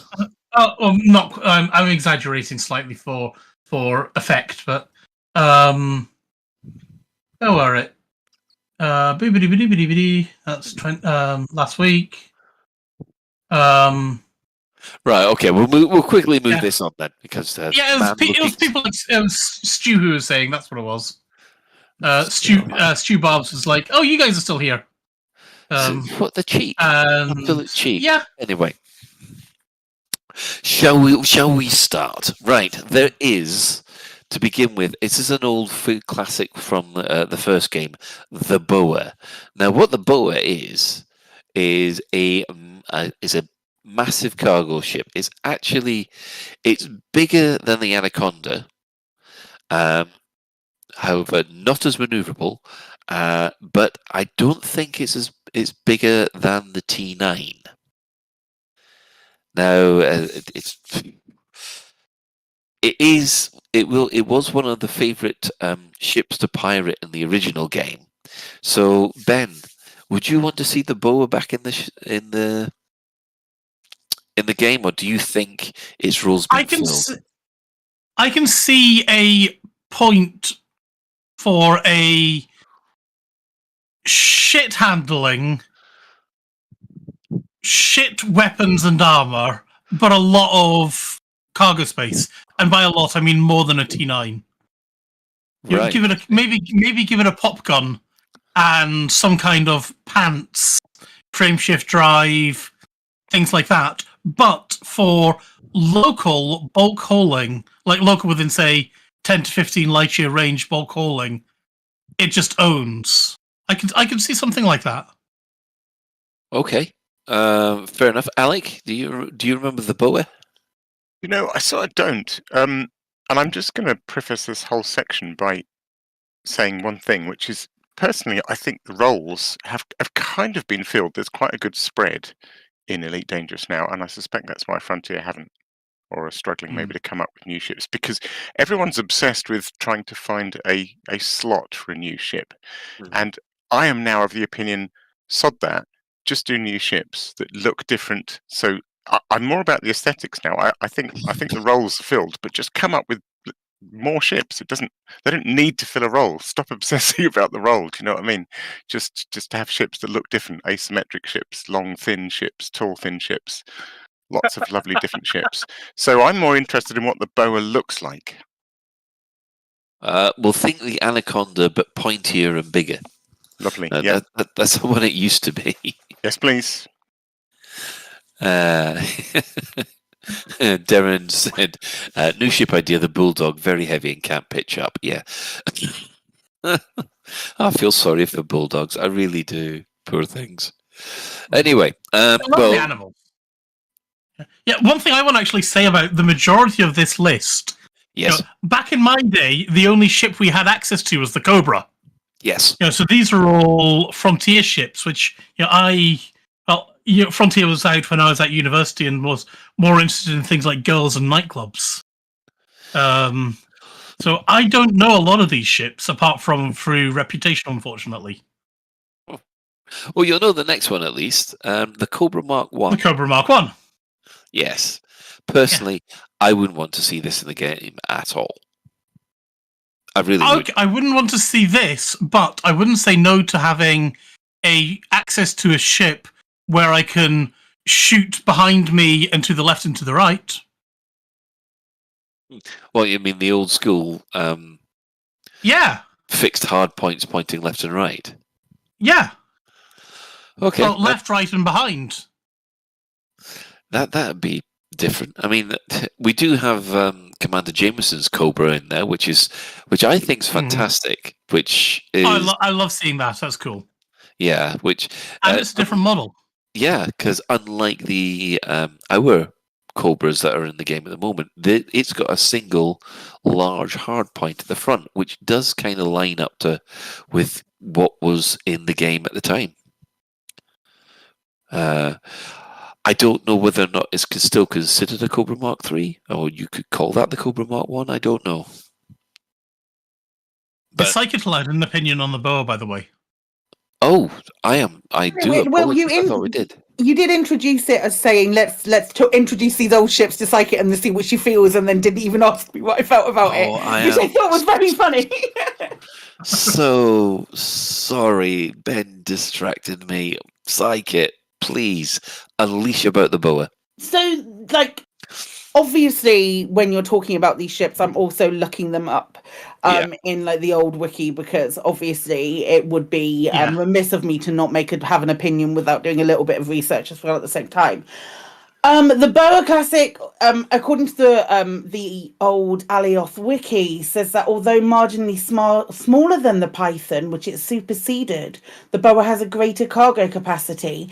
I always assumed that the Boa was really long and thin. Like really long and thin, more so than the wireframe. Yeah. Looks like on here. So I'm kind of with Alec as looking for aesthetics rather than completely filling a role. Yeah. But if they could take the Boa and make it something different, or I don't know. Well, I don't know. I don't know. I don't feel like it needs that. We need a Boa in the current game.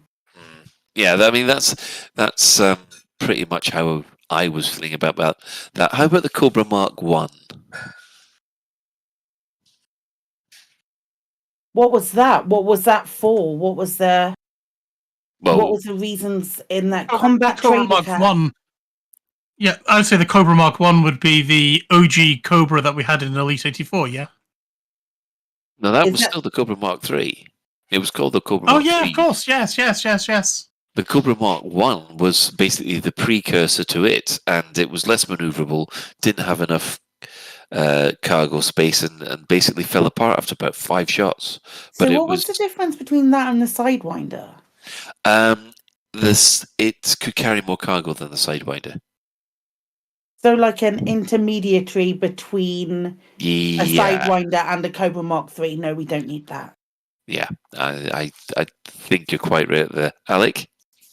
I was going to say no, because we don't need variants, because there's enough ships to pick from without variants. But I did suddenly have a funny thought. I was picturing the Cobra Mark 1 as a bit like a Ford Escort Mark 1. Like, they're old and they're falling apart these days. Like proper boxy as well. Like proper boxy. I was thinking it would be quite funny if you got sent to prison and instead of being able to call a taxi, what happened was they had loaner Cobra Mark 1s that you could use to fly back to where your ship was.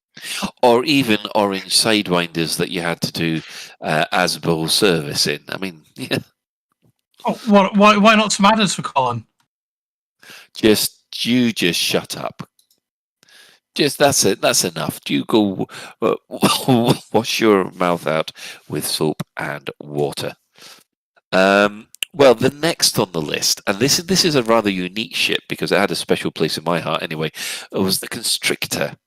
Now, this thing was basically designed by Organized Crime Family, and it was obviously the first special mission that you got in the original game, because the original game had these special missions that would suddenly appear once you got further into it.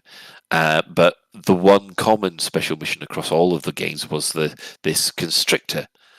Now, it's quite maneuverable, and it is relatively well armed. It's probably like an ASP's Explorer's bigger brother. What do you reckon to the Constrictor, if you remember it, Ben? I don't remember it. And from the description, I don't think I need it. Okay. Was it a large ship? It wasn't. It was slightly bigger than, like I said, it was slightly bigger than the Asp Explorer. A lot of people saying it was just like a big dinner plate. I quite like the idea that it's a crime organization design ship, because that screams different aesthetics to me. Yeah. It also screams good smuggler. Which I could see. I can see a point for a smuggling ship. So yeah, I mean. Yeah. Could that have been superseded then by the Federal Assault Ship? Could the Federal Assault Ship have filled that role? Just out of curiosity.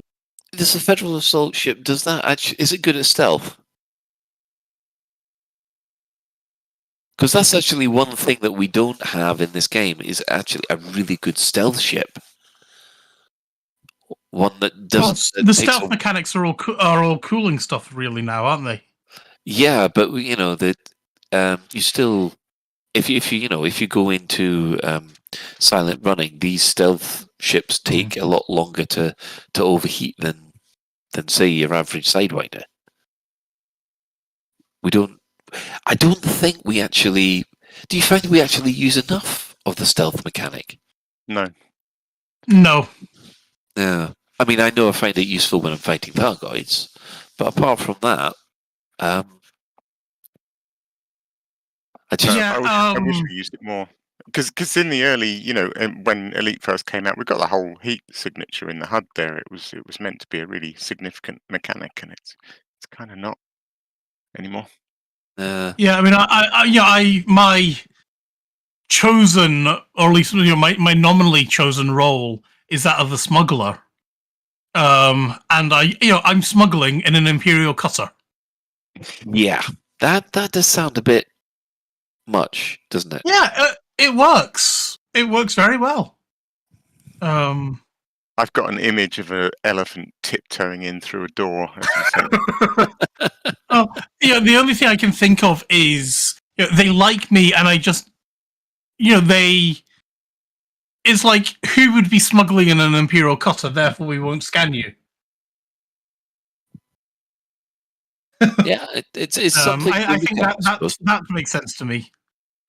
Yeah, I mean, it does feel that you can smuggle in a T9. I mean, you could hide your contraband within a lot of, other legitimate cargo, but I suppose that it's more difficult to scan. I know we're talking about ships and things like that, but instead of ships, how about what would you say to a module that could hide, could act as a smuggling compartment? So instead of being a 4-ton slot, it's a 2-ton slot, but it can't be scanned. Yeah. Do you get the feel that Derrin is just turning into the troll? He's just trolling us all. Yes. Yeah. Yes, there are more stealth ships in the game. It's just you haven't found them yet because they're stealthy. Yes. Oh, my sides are splitting. Anyway. Hold on. I'll get a needle and thread and you can sew them back together again. Yeah. So, Psykit, does the idea of the constructor appeal to you? We got a meh there. No, not particularly. Because I feel like there are ships that fill that role, as we don't really have a viable stealth mechanic. I will say the module that you were talking about with the this is a module that hides something. Would you not expect it if you've got that module on your ship, the module that hides something? Would you not just automatically paint a target on your back? You go to the shop that says, I want to sell illegal goods, so why can't you have a module that says, I want to smuggle things? Well, that's all well and good, but you've got to be prepared for having lots of pirates after you. Yeah, well, okay, we're going to leave the constrictor behind, because I think that so far we've had 3 ships suggested, 3 thumbs down, I think is the best way to look at it. And I'm not very hopeful about the next one, which is the Falcon. Now, the Falcon is a really small, fast ship. It's basically designed to be more agile and faster than the Eagles. And it's basically a short-range attack craft with a very big jump drive, to be honest. Hold on, how does that work out? It's a short range but big jump drive. I know. It's sort of... I'm confused now. Basically, what they mean short range is you're ranged by the supplies on your ship. So that means, yes, you could jump 20 light years, but unfortunately, your pilot will probably run out of food before he docked. Because remember, this is Frontier First Encounters. Okay, so you've got a long jump range, but your fuel storage is absolutely tiny. So you can, you're lucky. You would run out of petrol before you got Tartan, for example.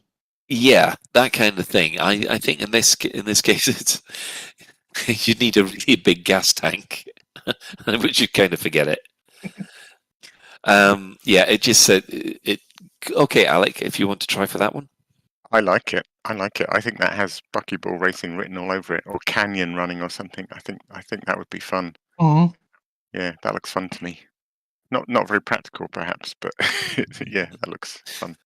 Yeah, try to think of it as basically the Viper, but without having to engineer it to heck. I'm looking at the picture on the jades.org site, and I can just imagine skimming along a canyon in that thing. It looks fantastic. What about you, Psychic? Yeah, like I'd like to see how it would fare against like an eagle or an imperial eagle, something like that. Just going like a battle of hell and doing some good canyon racing. We need some like that would be something nice, like an alternative to like the speed that one of those imperial ships can cut out. That isn't. Oh my god, what's the other one? Does the Viper go quite quickly? It's the Viper and the Courier can both be engineered to go like bananas fast. Yeah, I think the Viper is actually the fastest if you straight line speed. Yeah. Yeah, so an alternative to the Viper for people who hate imperial ships. The Viper, it's the Imperial Courier is the Imperial ship. The Viper's available to everyone, but Yeah, but like an alternative to it. Oh, so right. if people hate like are not fans of the imperial ships, let's give them another alternative to the Viper. Do you know what I mean? yeah. One thing to point out about the Falcon is it's fragile as heck. So basically, one shot and you're practically ended. So that could make some interesting races, eh? Like, Yeah, I like bouncing off a canyon wall with that one. See, I like the idea of very, very customized ships like that, where you sneeze and it blows up or something. Because it encourages really skillful flying. Yeah. Okay. Right. Moving on from there, this is back to an old classic, which is the Gecko. Now, this one passed me by because, believe it or not, I forgot the Gecko was actually in there. Again, it does seem to fill a role of maybe a smuggling craft, so slightly bigger than the Cobra Mark IV, but more maneuverable. How does that feel? Meh. Yeah, I like the name. Yeah. So like give me the Gecko, but also let me see it land on all fours on a planet. Like, do you know what I mean? Like let it look like a gecko and then look all sleek. Wouldn't that be when we like a fly chieftain, it. basically? Yeah, a bit like a chieftain, but a bit more like maybe let's call it a tiny chieftain. A gecko. Sure, why not? Yeah, I can get behind like a really tiny one-person chieftain kind of idea. I can see that. I was excited by the name of the gecko, and then I saw the wireframe and went, "Oh bugger!" That was my full range of emotion while hearing about that. Yeah, and it's not much better actually in Frontier First Encounters either, because it's I don't think they could do much with that shape. Moving on, we have the rather curious Griffin Carrier. Now, this one looks as if it's heavily armed, so there's 4 turrets on it. There's 8 missile pylons, rather. A huge mass of 2,424 tons, and it wallows like the T9 does. I got a sneaking suspicion I would like to see this as a bloomin' fighter carrier. Okay. You know how you can... Yeah. You can have sort of multiple fighters, double bays and a single bay. You could turn that into basically just a carrier. I think that would be great. See, what I would like, and I'm going to mention another space game here. But in a certain other space game, there is a ship which is shit and slow, but it's full of turrets. And that is a lot of fun if you get 6 or 7 of your mates all on that thing, all manning turrets. That is so much fun. So if we could get something along those lines that is just bristling with ammunition, with armaments, and it's all of you in a turret, I could see that being a lot. That could be fun, I think. Yeah, the Griffin itself is actually second only in size to the mighty Panther Clipper, which everybody is. You should be all familiar with the Panther Clipper on that one. So I'll just pass that over to Psychic. Panther Clipper? I know the Griffin. Oh man, I thought we were going to talk about the Panther Clipper some more. No, that's further down the list. Okay. But I can see the next one. The next few are going to be very, very quick, to be honest. I mean, do you feel that we need something this big? Yes. Now, yes. I'm kind of I get where you're coming from, with like I want to see that as a fighter launcher or something like that. What I would like to see is, and it's something that comes up quite often, is like a mid-size fleet carrier. So one that doesn't have all of the bells and whistles of your big carrier. And I don't know how you'd work this out. Or like how you'd work it out as being something where you put the negatives as opposed to the size of a fleet carrier, but something like the Griffin where you could store maybe some of your ships, also like jump it around, but it's at a marginally smaller price tag than the fleet carrier. But obviously with the Griffin you wouldn't be able to land it at a station or something like that. Yeah, because I'm like a mid-range fleet carrier size ship. Yeah, because I remember an interview. I think it was actually on the show with David Braben, where they were discussing basically what you were saying. They were going to have ships that were player-owned, but couldn't dock with the station, and what you had to do was basically take a shuttle over and bring fuel back from the station and into the ship, which kind of feels like some of the things you have to do with the fleet carrier at the moment. Anyway, Alec, about the Griffin. Well, pilots should take note that the bottom turret damages the ship if you fire from it. For that reason, I'm out. Yeah, I have to point out on jades.org it has a rating of 0 stars. Yeah, we're using jades.org and alioth.net to go through these ships. So if anybody wants to see what these ships actually look like, we'll supply a link to those in the show notes. Well, moving on from the Griffin carrier, the next one was the Gear. It's a single-seat fighter with a reasonably large jump range. But to be honest, you had to fit this special military drive in order for it to get anywhere. I'm kind of wondering whether or not we actually need this one, because it just kind of feels like the Sidewinder does it already, but better.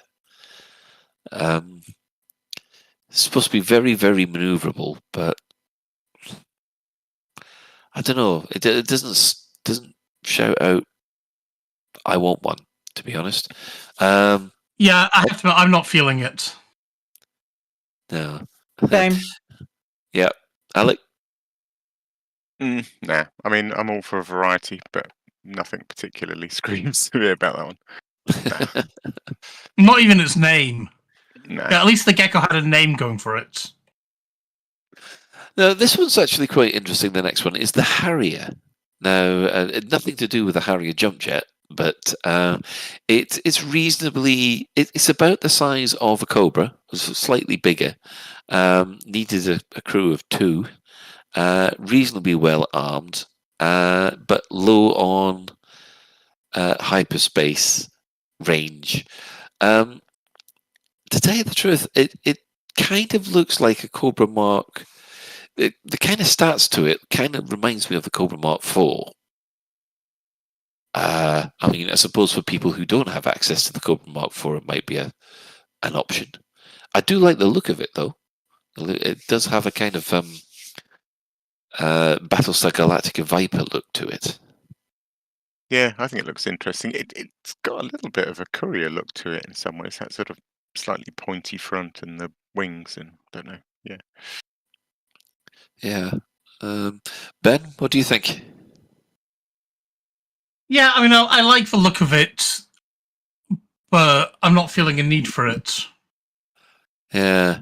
I mean, there is someone, I think, Little Biggie made the point of, I would like, there are probably going to be an awful lot of overlap that's already there. It's just that he was there saying that he'd like the variety. So basically, it's kind of like choosing between the Fer-de-Lance and the Mamba. Obviously, I was hoping that the Mamba would be closer in maneuverability to Fer-de-Lance and a bit faster, but not as maneuverable. But in the case of what's come out, is the Mamba's a lot faster, but it's not as maneuverable. If you see what I mean.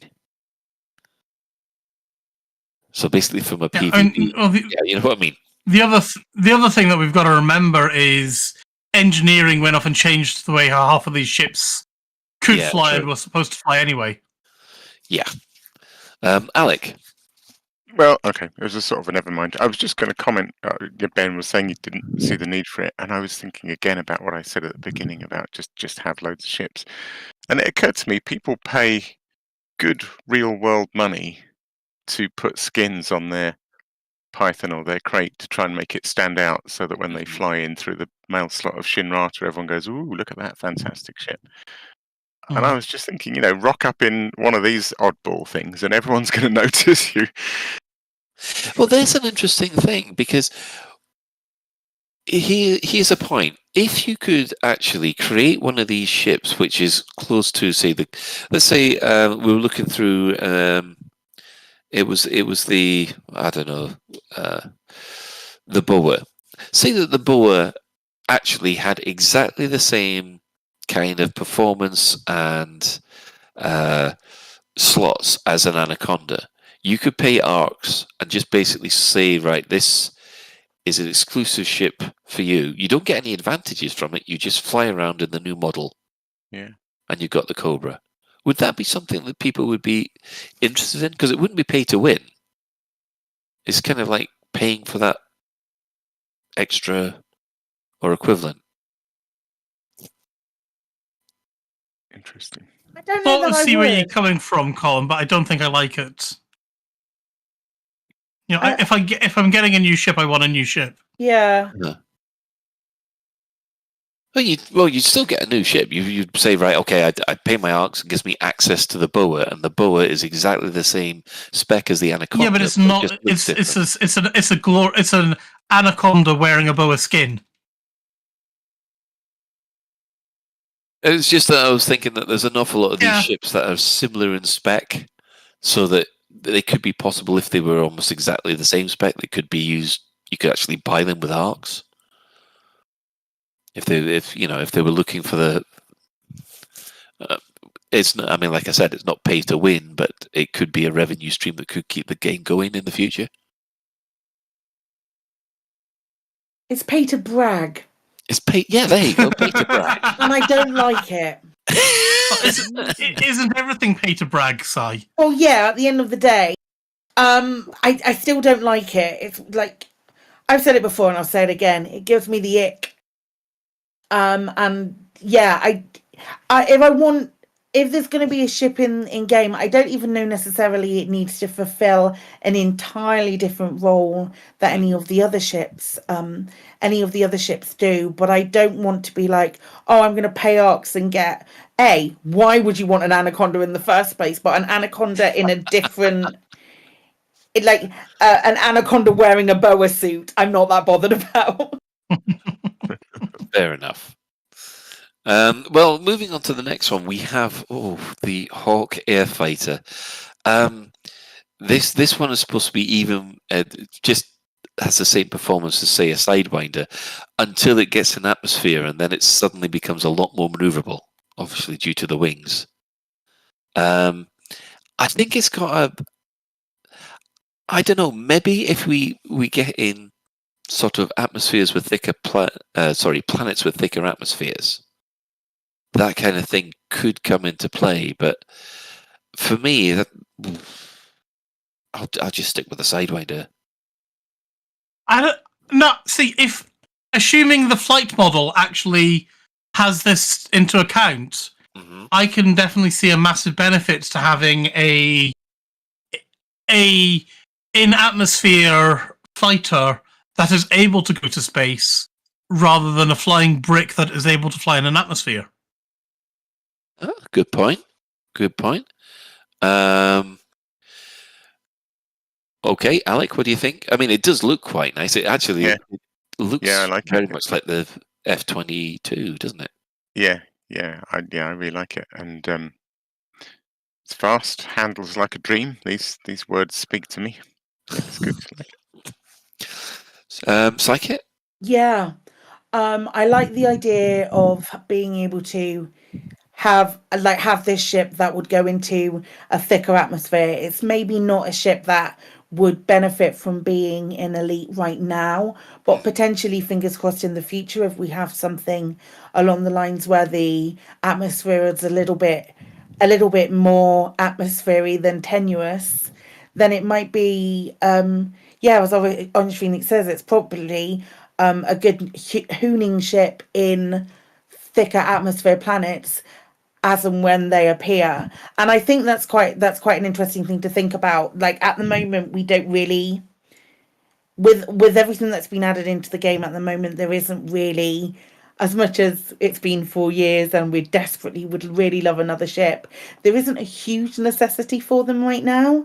If we stretch to further the future, where we have the potential for thicker atmosphere planets, water worlds, things along those lines, then maybe that's the time when we start getting new ships and things like that.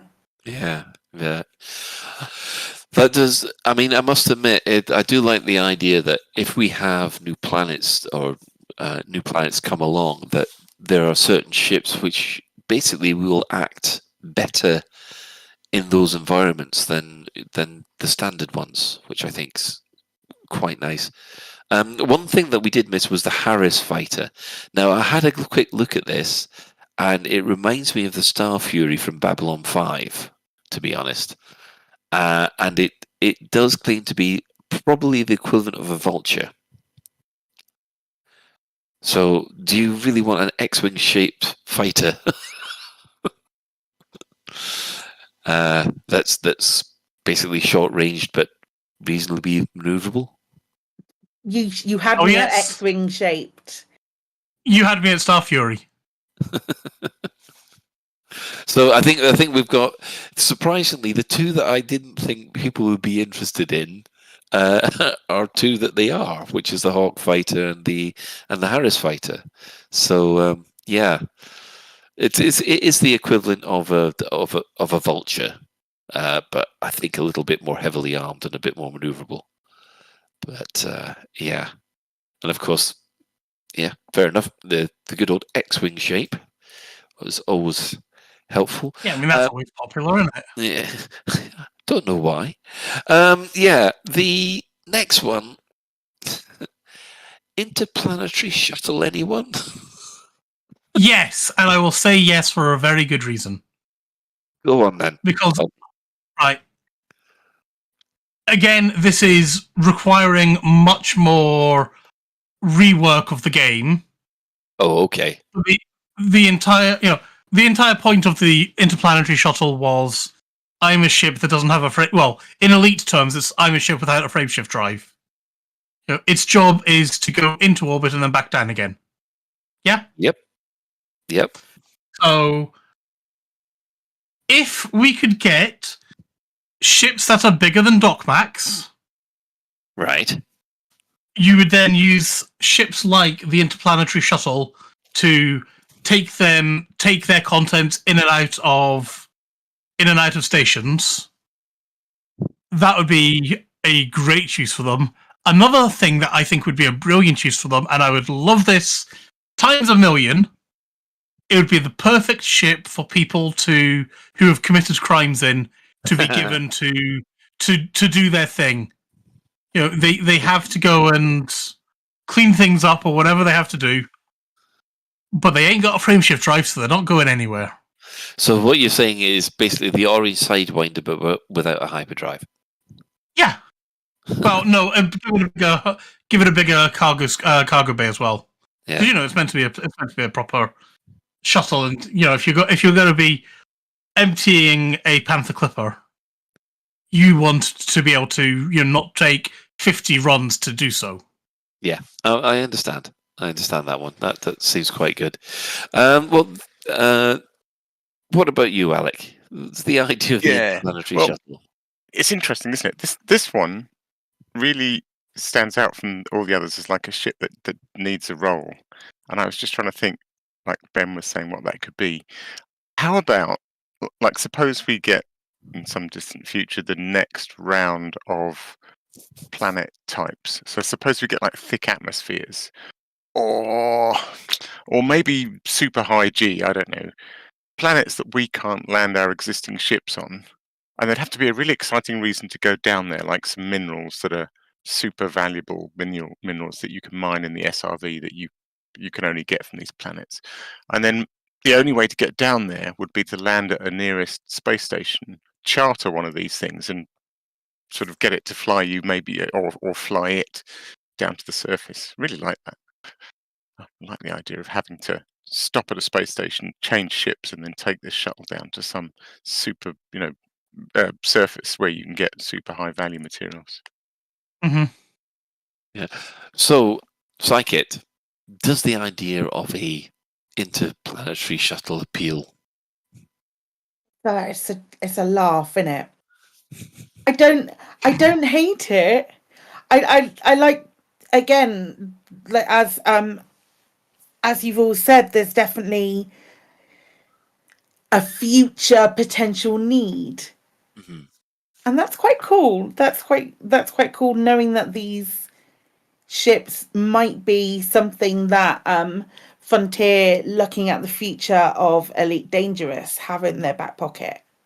Rather than coming up with something, like, it might be something that they have in their back pocket, or something that they can draw inspiration from, despite instead of having to start completely from scratch with something. Yeah, there is one. Ship which is from the classic era, which I think everybody wants us to talk about. I think we're gonna stop the list now. We will come to the rest of them. We're only halfway through the list at the moment. I thought we'd be going through them a bit faster, but we'll touch on the Moray Starboat, which is effectively a submarine in space, which sounds ideal for Waterworlds next week. But for the moment, Alec, you put out a question on the forums about this, really. You said, if Frontier were to add a new ship, can you give us 3 attributes of that ship that you'd like to see in it? Yeah. Mad Mike came back with a more mining-focused ship-launched fighter. So he was very, very focused on the mining side of things. Yeah, I thought that was quite interesting. Actually. Yeah. He said wanted to enable all the mining tools and a decent amount of limpets, as well as a mining SLF that can be used to deploy and scan motherships. He says he uses the T10 at the moment, but he finds it too sluggish. And he remembers that there were some things in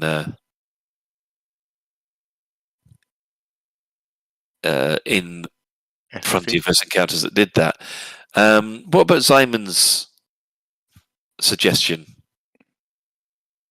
Well, he's looking for the Moray Starboat, isn't he? I guess we haven't. We haven't come onto that one yet. No. I don't get. Does anyone get the lore reason for him saying sold only in Dodeck stations orbiting water worlds? Is there a? I didn't quite get that, but maybe there's a tie into old lore. Yeah, there was. You're familiar with the Coriolis, aren't you? Well, there was another station type I think in certain versions of old 8-bit Elite, which was Coriolis were 8-sided and Dodeck stations were 12-sided, so they were bigger. But yeah, I don't think they've moved Dodeck stations into Elite Dangerous yet. Vandergas? Yeah, it would be nice to see some Dodo stations. Really, I don't think. I think they're a waste of time now compared to the other stations we've got. Yeah, I just you got your normal Coriolis, and then you come in and you see this. You've got this station that's even more chunky, and I like that. It's great, like when you come across one of the stations with the arms. It's always such a surprise. Yeah. Oh wow, that's awesome. Noob hammers. Yeah. Vandergas made a few suggestions. What do you think to those? Yeah, I don't know. It hasn't quite. I mean, part of the point of my question was to try and get people to pick specific features, but this is some of these are just a list of ships again. So we've got short-range, high-volume haulers, large and medium, and then we've got Alliance Navy, Federation Navy, and Imperial Navy ships, interplanetary shuttles and lifters, and a medium tourist boat. A lot of these probably mesh with some of the list we were going down. Yeah, there's a few that further down the list that these would probably fill into. Now, Commander Numa, he made he made 3 suggestions. All right, and the first one I think is one that I think everybody wants. It's the Panther LX. Oh, hang on, not the Panther LX, not the Panther Clipper. Oh yes, you're right. What was the difference? Does anyone know? What was the LX? Yeah, I'm sorry, I'm looking it up now. One was more LXy, and the other one was a little bit more clippery. Yeah, the one the other one you couldn't get through airport security. It must be the Panther Clipper because that's the only Panther-y ship that's in there. I imagine the way he says finally out suggests he means the same ship that everyone else has been calling for. Probably. Yeah. I like his suggestion for a large Explorer with a magnificent cockpit view. I think that's quite interesting. Yeah, large Explorer, probably Imperial, weak combat stats, big FSD, plenty of internals, and a magnificent cockpit view. Yeah, I mean, there is a ship on the list that could actually fill that role, so we could certainly come back to that. And the last one, I'm not quite so sure about this one, to be honest. Do you mean Numa's, his large combat ship? Or do you mean, a large combat ship with more direct firepower than the Corvette, but no fighter bay. I don't know. If you've got a large combat ship, you kind of need a fighter to cover your ass. Corvette has a fighter bay. I know the Corvette's got a fighter bay. I didn't. I don't think I've ever used it in any of my fighting Corvettes. Why would you need it? The Corvette's fine. It can look after itself. Fair enough. And is a Corvette lacking direct firepower? Sorry, I've not really engineered one and used one in Angus, so I mean, do you need more direct firepower than the Corvette? I don't think you really do, if I'm honest. I thought it had quite a lot. It's got a fair amount. I don't think you need. Personally, there's no real need for that. I mean, yeah, you've got the grind to get the Corvette, but I don't think that there's a massive need for it. This next one's my favourite. Okay, this is HR diagram. Yeah. So okay. Shall I do it? Go on. So his dream ship, he's got 3 attributes. It's 1, vertical development, so it's taller than it is wider. Uh-huh. And so consequently it has to enter the mail slot sideways to fit. I love that. It should just freak people out. That's so funny. We're talking a massive B-wing. Is that what we're on? Yeah, I guess we are. Also, it's very long, so it has to fold in half just before landing to fit on large landing pad. That's just bonkers. And the last one is just getting silly now. A distribution of attitude thrusters that would only allow clockwise rolling. For reference, the mail slot rolls counterclockwise. Can I just point out, I think he's been playing Paranoia too much. The RPG Paranoia. That's the kind of HR thing. diagram isn't actually Derrin, is it? I mean, it does sound a bit like it. Yeah. No, I know that we've got responses from Northpin, Angus Mad Mac, and Eds Up. We'll actually include those responses with the rest of the list, which we'll go through probably next week. Well, Eds Up wants all the ships of Elite, so we're halfway down the list. We'll get back. We're halfway down the list, so we're sorted. Now, the community corner this week. Obviously, Alec. Buckyball, how's it going? It is Buckyball week. Yeah, have you got nuts yet? It's so I am buried in spreadsheets, but I've sort of got it sorted as long as it doesn't pick up. I think I forget what Sulu's race was now, but I think Sulu said that he had over 100 submissions for his race. If I get 100 submissions for this one, I am going to drown. But as it is, it's nice. It's lovely. We've got 8 runs currently in regulation, and we've got 5 in unlimited. And I watched a bit of Psychic stream, and it looks exactly as I'd hoped. It looks awesome. the final minutes and seconds as you're desperately trying to get back, and the horrible gasping sounds coming from the pilot. It's exactly like the Highwakes cartoon. It's brilliant. I hope people are having fun. Excellent. I've still got to make my run. I've got to get at least something in there, but yeah. Are you still in the 1 point club, Colin? Of course, I'm still in the 1 point club. You don't But expect yes, me to be. So what are the current standings? So in regulation class, we have Sulu in first place. He was also in first place in unlimited, but got knocked off the number 1 spot in there today. We have Epiphus in second place. Indeed, and there was a bit of contention. We messed up some of the scores, but right. Azzy Elbub in third place. It was an interesting one. For a second, it looked like Fearless F21, who's in fourth, was actually going to, although his distance, like the distance of the stops that he visited was more, it looked for a minute like Fearless's time bonus meant that he actually beat Azzy, but it turns out the time bonus is wrong. So not true. And then in unlimited, Sulu was first, but Shay Blackwood has come in today with a ludicrous run, frankly. I mean, I don't understand how it's possible. So Sulu, who came in with a fantastic run yesterday, with literally 1 second left on the clock, and managed to cover some 1,800 and something light years. Shay has just come in today with well over 2,000 light years. Jesus. So yeah, competition is hotting up. I've seen some claims that people are running out of bubble, but I don't think that's true. I was very careful when I laid this race out. Is this saying Shay's he's like 2,000 light years, and he still had 133 seconds left? Yes, he's got 2 minutes, well over 2 minutes spare. So he can easily do another jump. He did claim he was running out of bubble, but I think I refute that. I was very careful to check that there were plenty of remote stations for people to try and go further and further to. If people have run out of bubble, then I've cocked up, and I'm very sorry. Right, I see. Well, we'll move on from Buckyball. Hopefully we'll have a full report when it's all done.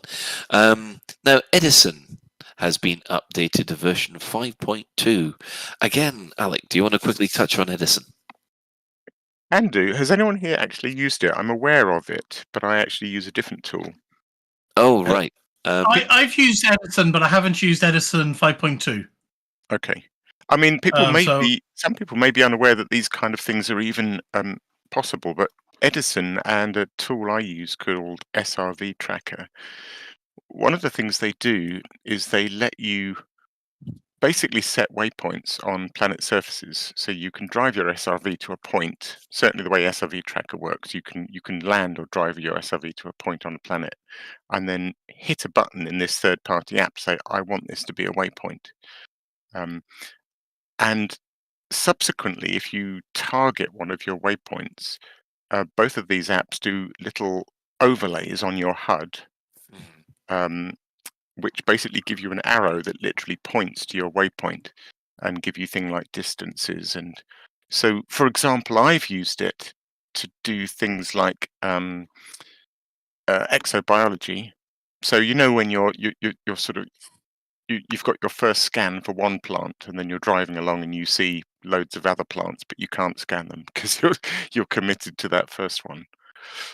Well, you can mark those others and then come back to them later. So it's really good for that.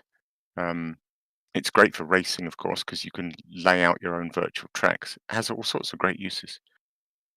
But yes, Ben, sorry, what else does Edison do? I think it does more than that, actually. Edison does stuff so it'll get you to a location from space as well, and it'll tell you to, it'll sort of say, okay, you're approaching the planet, drop down to the planet now, and things like that. Neat. But the whole point of 5.2 is it's giving you on-foot navigation. As you were saying, I think it's basically for flower picking. So you can go and find your flowers, mark where you found them, and then go back and find them again if you need to. I mean, it's also really good because, if you... I saw an amazing picture on Twitter this week. I forget who now, but it was just an incredible ice sort of... It wasn't actually a crater, but it was like a ridge that went round in a half circle. So it was just an amazing formation. And of course, one of the things you can use these tools for is to make permanent bookmarks of these amazing surface locations to share with other people or to go back to them. Yeah, I mean, that's one thing. I'm sure your SRV thing as well, it allows you to go and sort of export your bookmarks and things like that and say, there's one button that'll say, please log my location, and it'll save it. But then as you can go off and export everything, and that's all very handy. Yeah, very neat tools. On the subject of neat tools, in one of the threads in the forums, this actually it just kicked off this morning. We became aware of this little tool called the MinEd Launcher. Now, this is basically a way to actually fire up Elite Dangerous without using the proper launcher. And there's one very interesting side effect from this that took everybody by surprise. Obviously, you can set it up to launch either Odyssey or Horizons. However, they have discovered an option called /EDH4, which will launch Odyssey in Horizons 4 mode.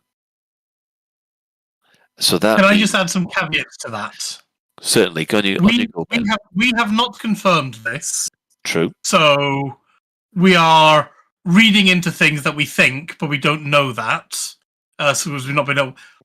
Ironically enough, I don't have easy access to a Horizons account, and neither did you, Colin, when we were trying to test them out. The other thing that I've heard about is basically if you try doing anything like this, not using supported launchers, etc., and if anything whatsoever happens to your PC, your account, your game, anything, it's kind of your own bloody fault.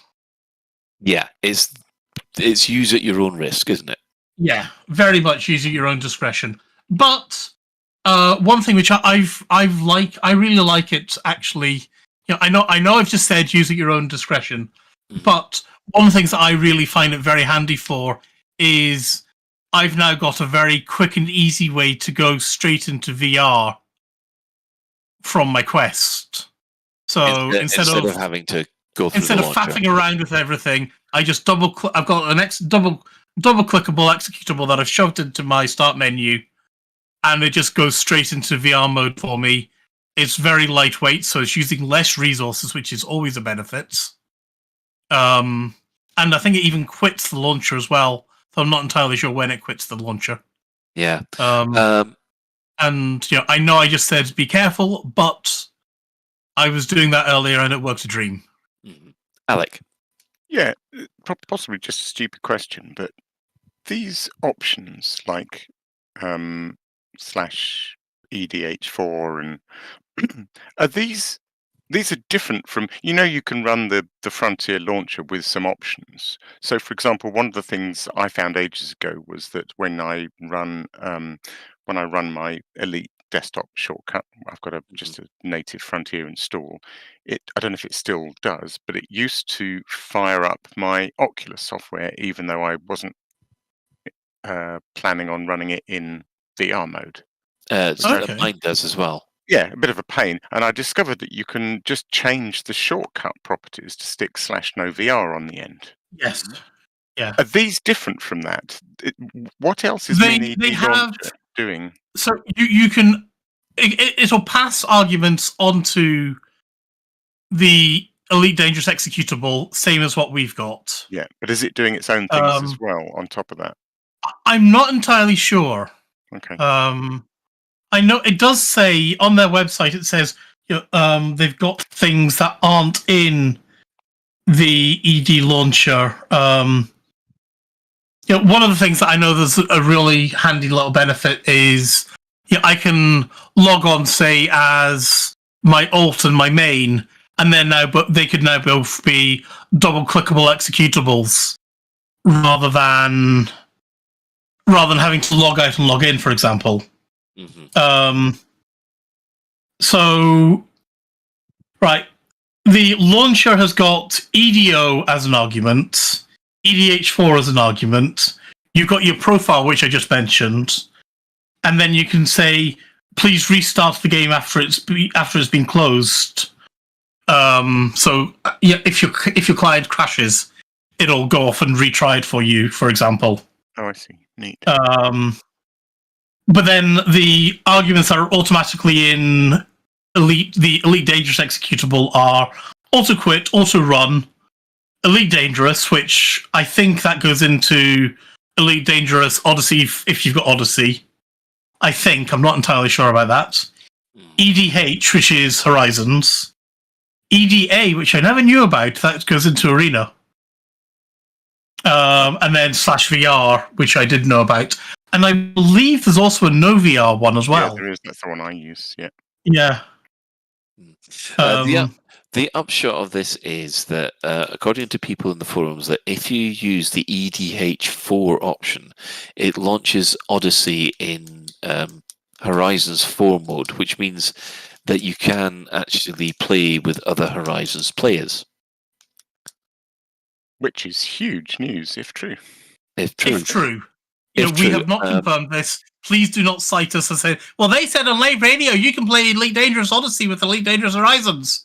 Because we've not tested it. Yeah, we haven't tested it. Apparently, Obsidian Ant has tested it and has posted his response on a video. But as he posted this response as we were actually broadcasting, we haven't had a chance to look at it.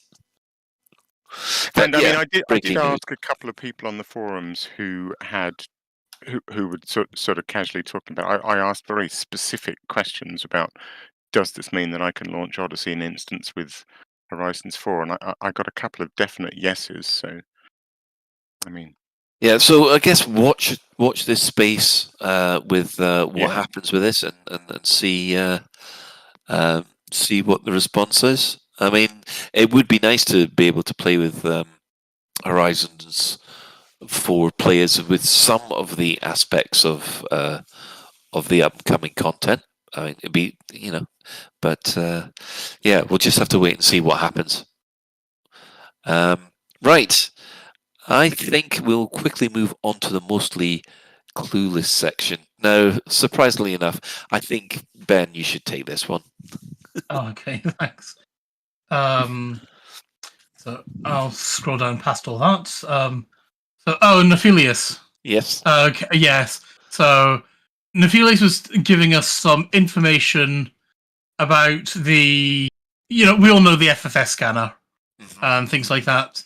And Cohen Leff produced a handy little guide showing you where all the meaningful planets are. Now, Nephilius was saying the lucrative areas spell anal. However, if I was going to say the lucrative things, I would say I'll be wanting the Earth-like worlds or the not Argon, the Ammonia worlds. Oh, the ammonium worlds. And if that's the case, it's Alan. Then it's Alan. So depends which way you read it, right?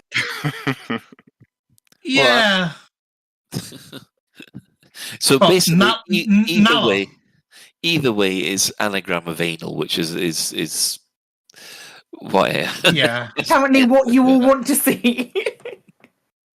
Again, we're getting into Psychics Catbots again, aren't we? No, seriously. If it's how you interpret it that expresses who you actually are as a person. If you turn it upside down, does it spell boobies? No, it spells NV7V. Anyway. Maybe? Yes. So yeah, the upshot of this is that someone has got a shortcut for the FSS scanner. We will put that in the show notes for people to peruse, and hopefully it will help your scanning for the future. Now we have some any other business. The first bit is Canon's unidentified interstellar anomaly tracker. Now you can find that at map.canon.tech_uia.html, which we'll also put in the show notes. I must admit I have been following it, and it's getting better. I take it you've been using it as well, Ben? I have indeed, yeah. Yeah. It's nice to see where it's going.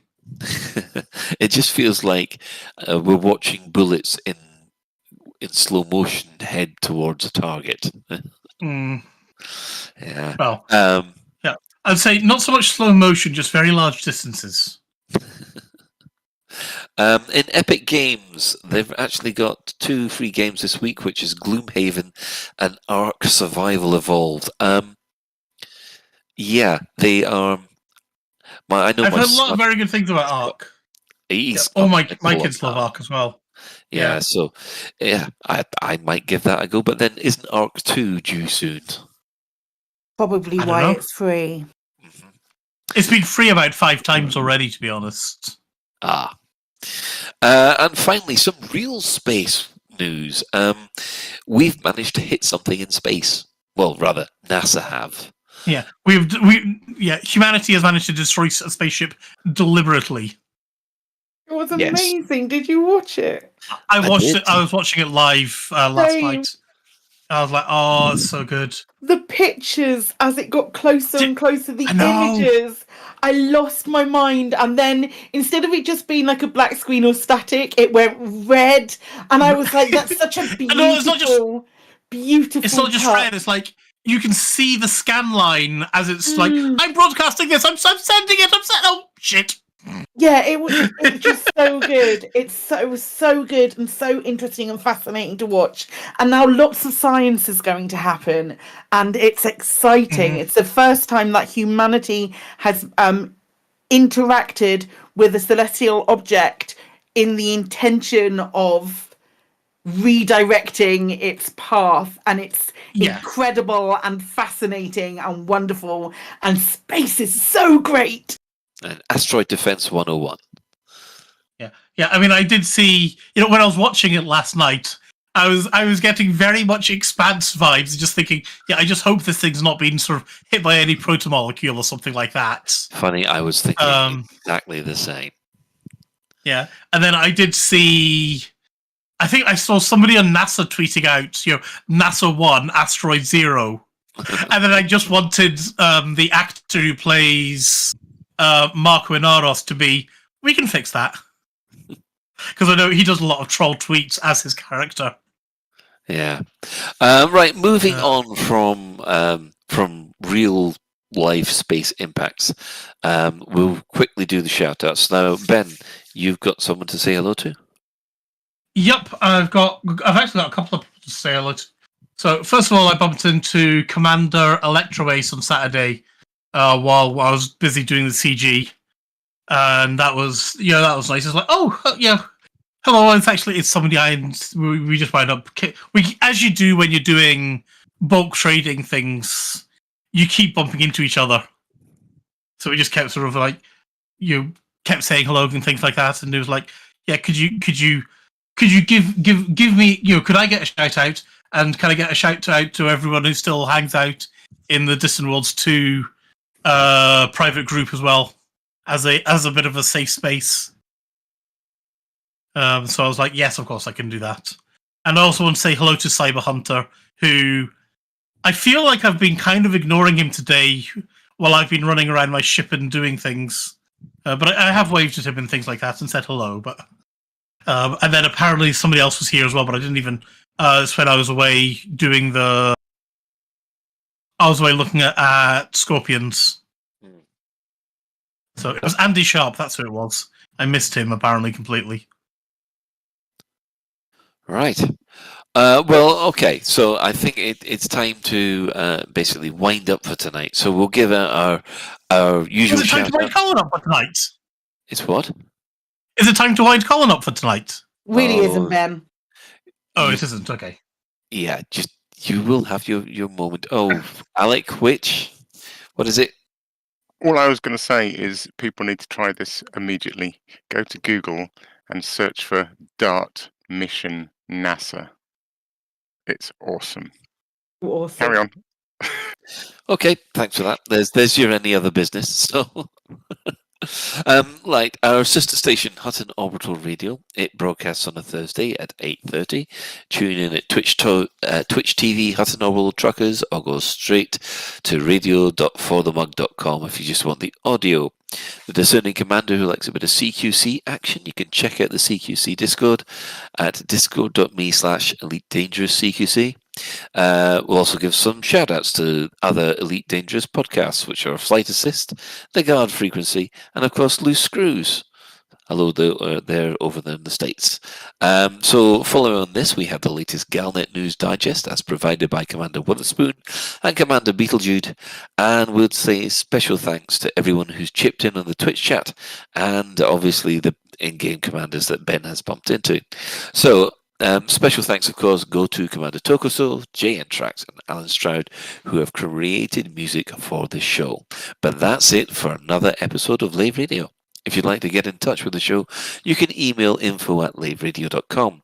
So hit us up at facebook.com/laveradio, tweet us at laveradio, or you can join our Discord server by going to discord.io/laveradio. Do get in touch if you have any questions or if there's anything you'd like us to discuss in a future episode. Lave Radio is recorded live on a Tuesday evening at 8:30 and streamed out at laveradio.com/live. And now to my favourite bit of the show. So, thanks to Ben. Hi, Colin. Fine. Thanks to Psykit. Thanks, Colin. And thanks to Alec. Goodbye, everyone.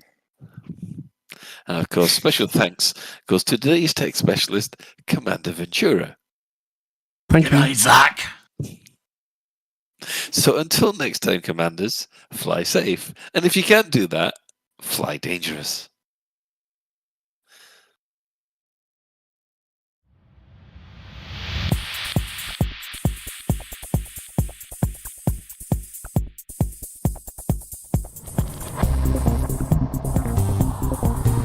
Is your life like this? Sounds like someone having an orange inserted.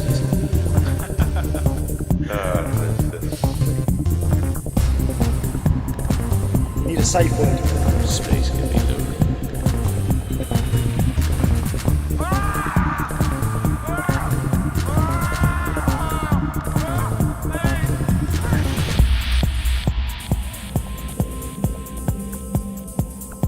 I'm gonna see the galaxy.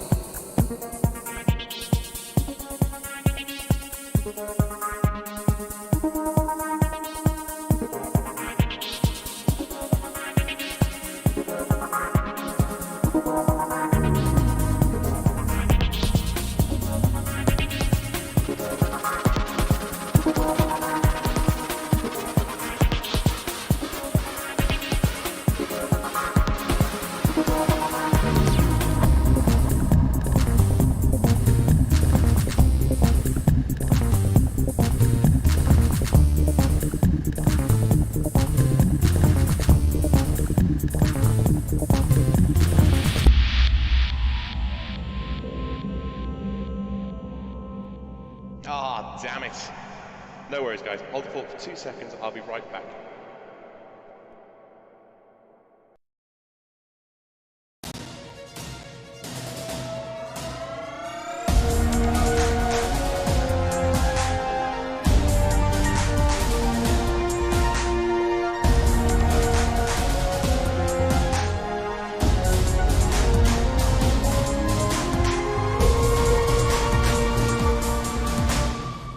Galnet News Digest, 27th of September 3308. We read the news so you don't have to. In this week's news, we look at the Far God cult. They're looking for a new home right now. But where did they come from? What do they believe? And what next for the weirdest religion in the galaxy?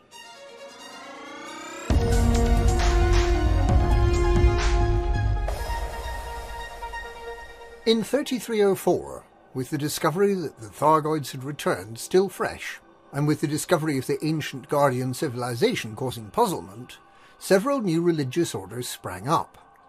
The history of previous encounters with aliens had been suppressed for hundreds of years, at least partly by azimuth biochemicals and the Black Flight, but possibly also by those who run the galaxy.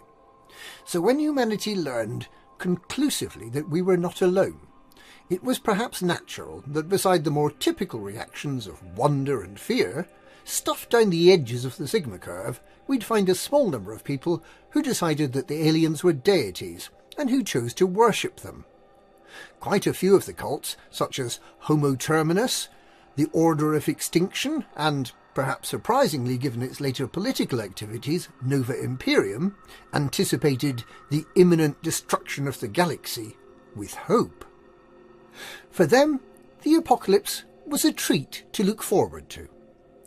The Far God cult was one such order. Without any formal name, these Thargoid worshippers believed, and still believe, that the Thargoids are messengers come to bring the sad tidings of the arrival of the really, really big Thargoid-shaped god called the Far God from another dimension. Only if they believed very hard indeed in the Far God would they be spared when the galaxy is destroyed. Some of the sadly now deceased members of the cult believed that they would turn into Thargoids, black angels to fly in the presence of the Far God. The Far God cult really wasn't much bother to anyone. They set up little hive chapels made of a black coral-like substance, and that smelled of ammonia, and they wore simple black robes, and it seemed that they were just waiting quietly for their end to come.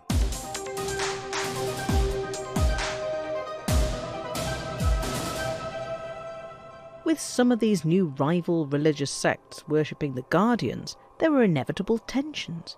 Cardinal Hieronymus of the Church of the Eternal Void, a Culture Club classic, explained that his sect offered hope among all the doommongers, hope that the Guardians would come back from the dead and fight off the Thargoids. And while everyone was waiting for that to happen, his cult would fight their cult, and the Order of the Far God would be driven out of their hive chapels, off the streets and into a neighbouring galaxy. The weirdness of the Far God cult also earned the distrust and hostility of many ordinary citizens. In the Federation in particular, the populist movement, led by Juanita Bishop, sought to have them rounded up and executed.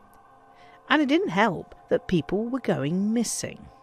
Far God cult members and other people were vanishing, leaving no trace.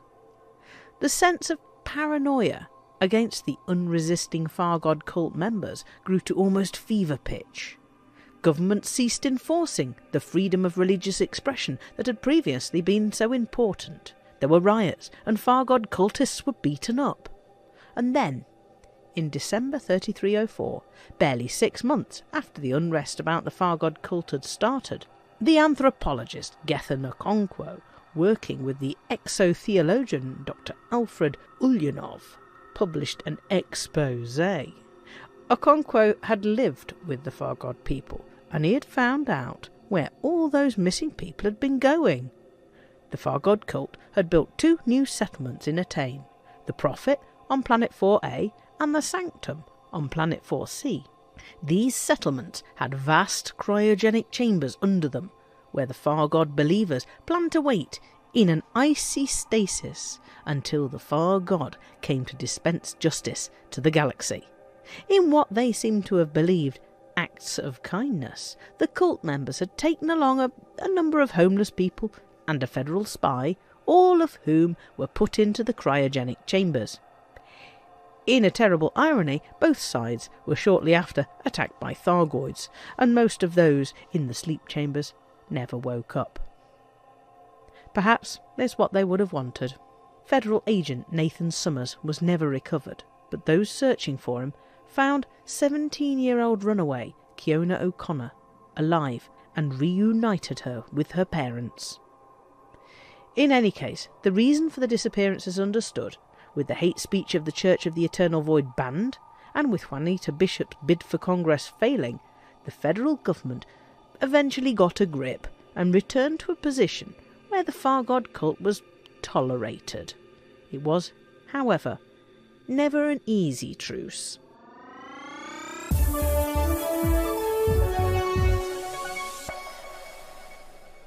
In 3307, the Far God cult became mysteriously motivated into building 3 new megaships. One, the Testament, would recruit new acolytes. The second, the Perdition, would take all the miserable souls who didn't think they had any chance of surviving the apocalypse on a cruise to meet the Thargoids and their doom. The third, the Sacrosanct, was full of the high-up folk of the cult, the ones who believed that they'd be made into Thargoids when the galaxy came to an end, and would fly forever with the Far God. So it must have come as a bit of a letdown when it turned out they'd been conned by the imperial terrorist group, the Neo-Marlinist Liberation Army, into concealing Master Bombmaker Theta 7. And it must have been even worse when he blew the Sacrosanct up, killing everyone on board.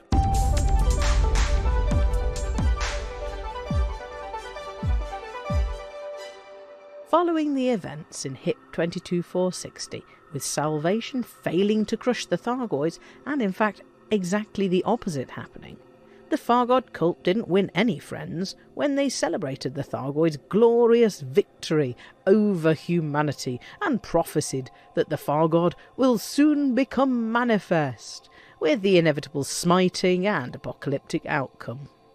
A mysterious new figure, calling herself the first apostle of the true chapter, had established a new sect within a sect on board the Testament.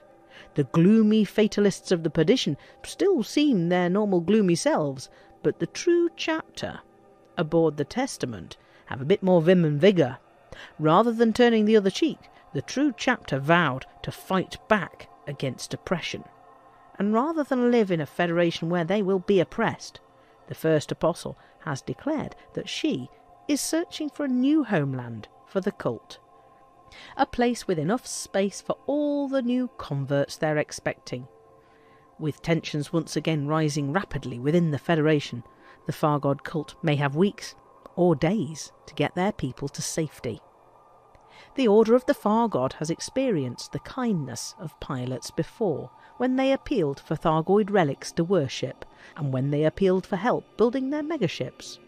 If they make another appeal, perhaps to set up a new colony or to help evacuate their adherents from persecution in the Federation, will you help them? And that's this week's Far God News. Far God News, we worship the Thargoids, so you don't have to.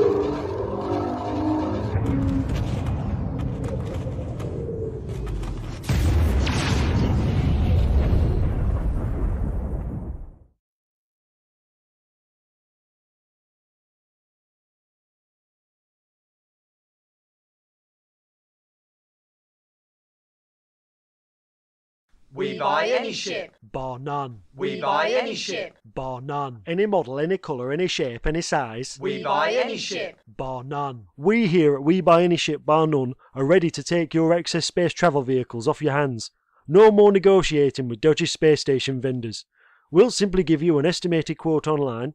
Then, when you get here, we'll point out all the little dints and scratches that make the price get smaller and smaller before we actually give you any money. And the beauty is, we take any ship. We buy any ship. Bar none. Terms and conditions apply. We buy any ship excludes trading in any of the following vehicles: Adder, Anaconda, Asp, Boa, Cobra, Constrictor, Cruisers, Eagle, Falcon, Gecko, Griffin, Gear, Harris, Harrier, Hawk, Kestrel, Crate, Lanners, Lifters, Lions, Mantis, Merlin, Moray, Osprey, Panther, Puma, Python, Saker, Sidewinder, Skeet, Spar, Stowmaster, Tearsel, Tiger, Transporter, Turner, Viper, Wyvern, or any Imperial or Thargoid vessels.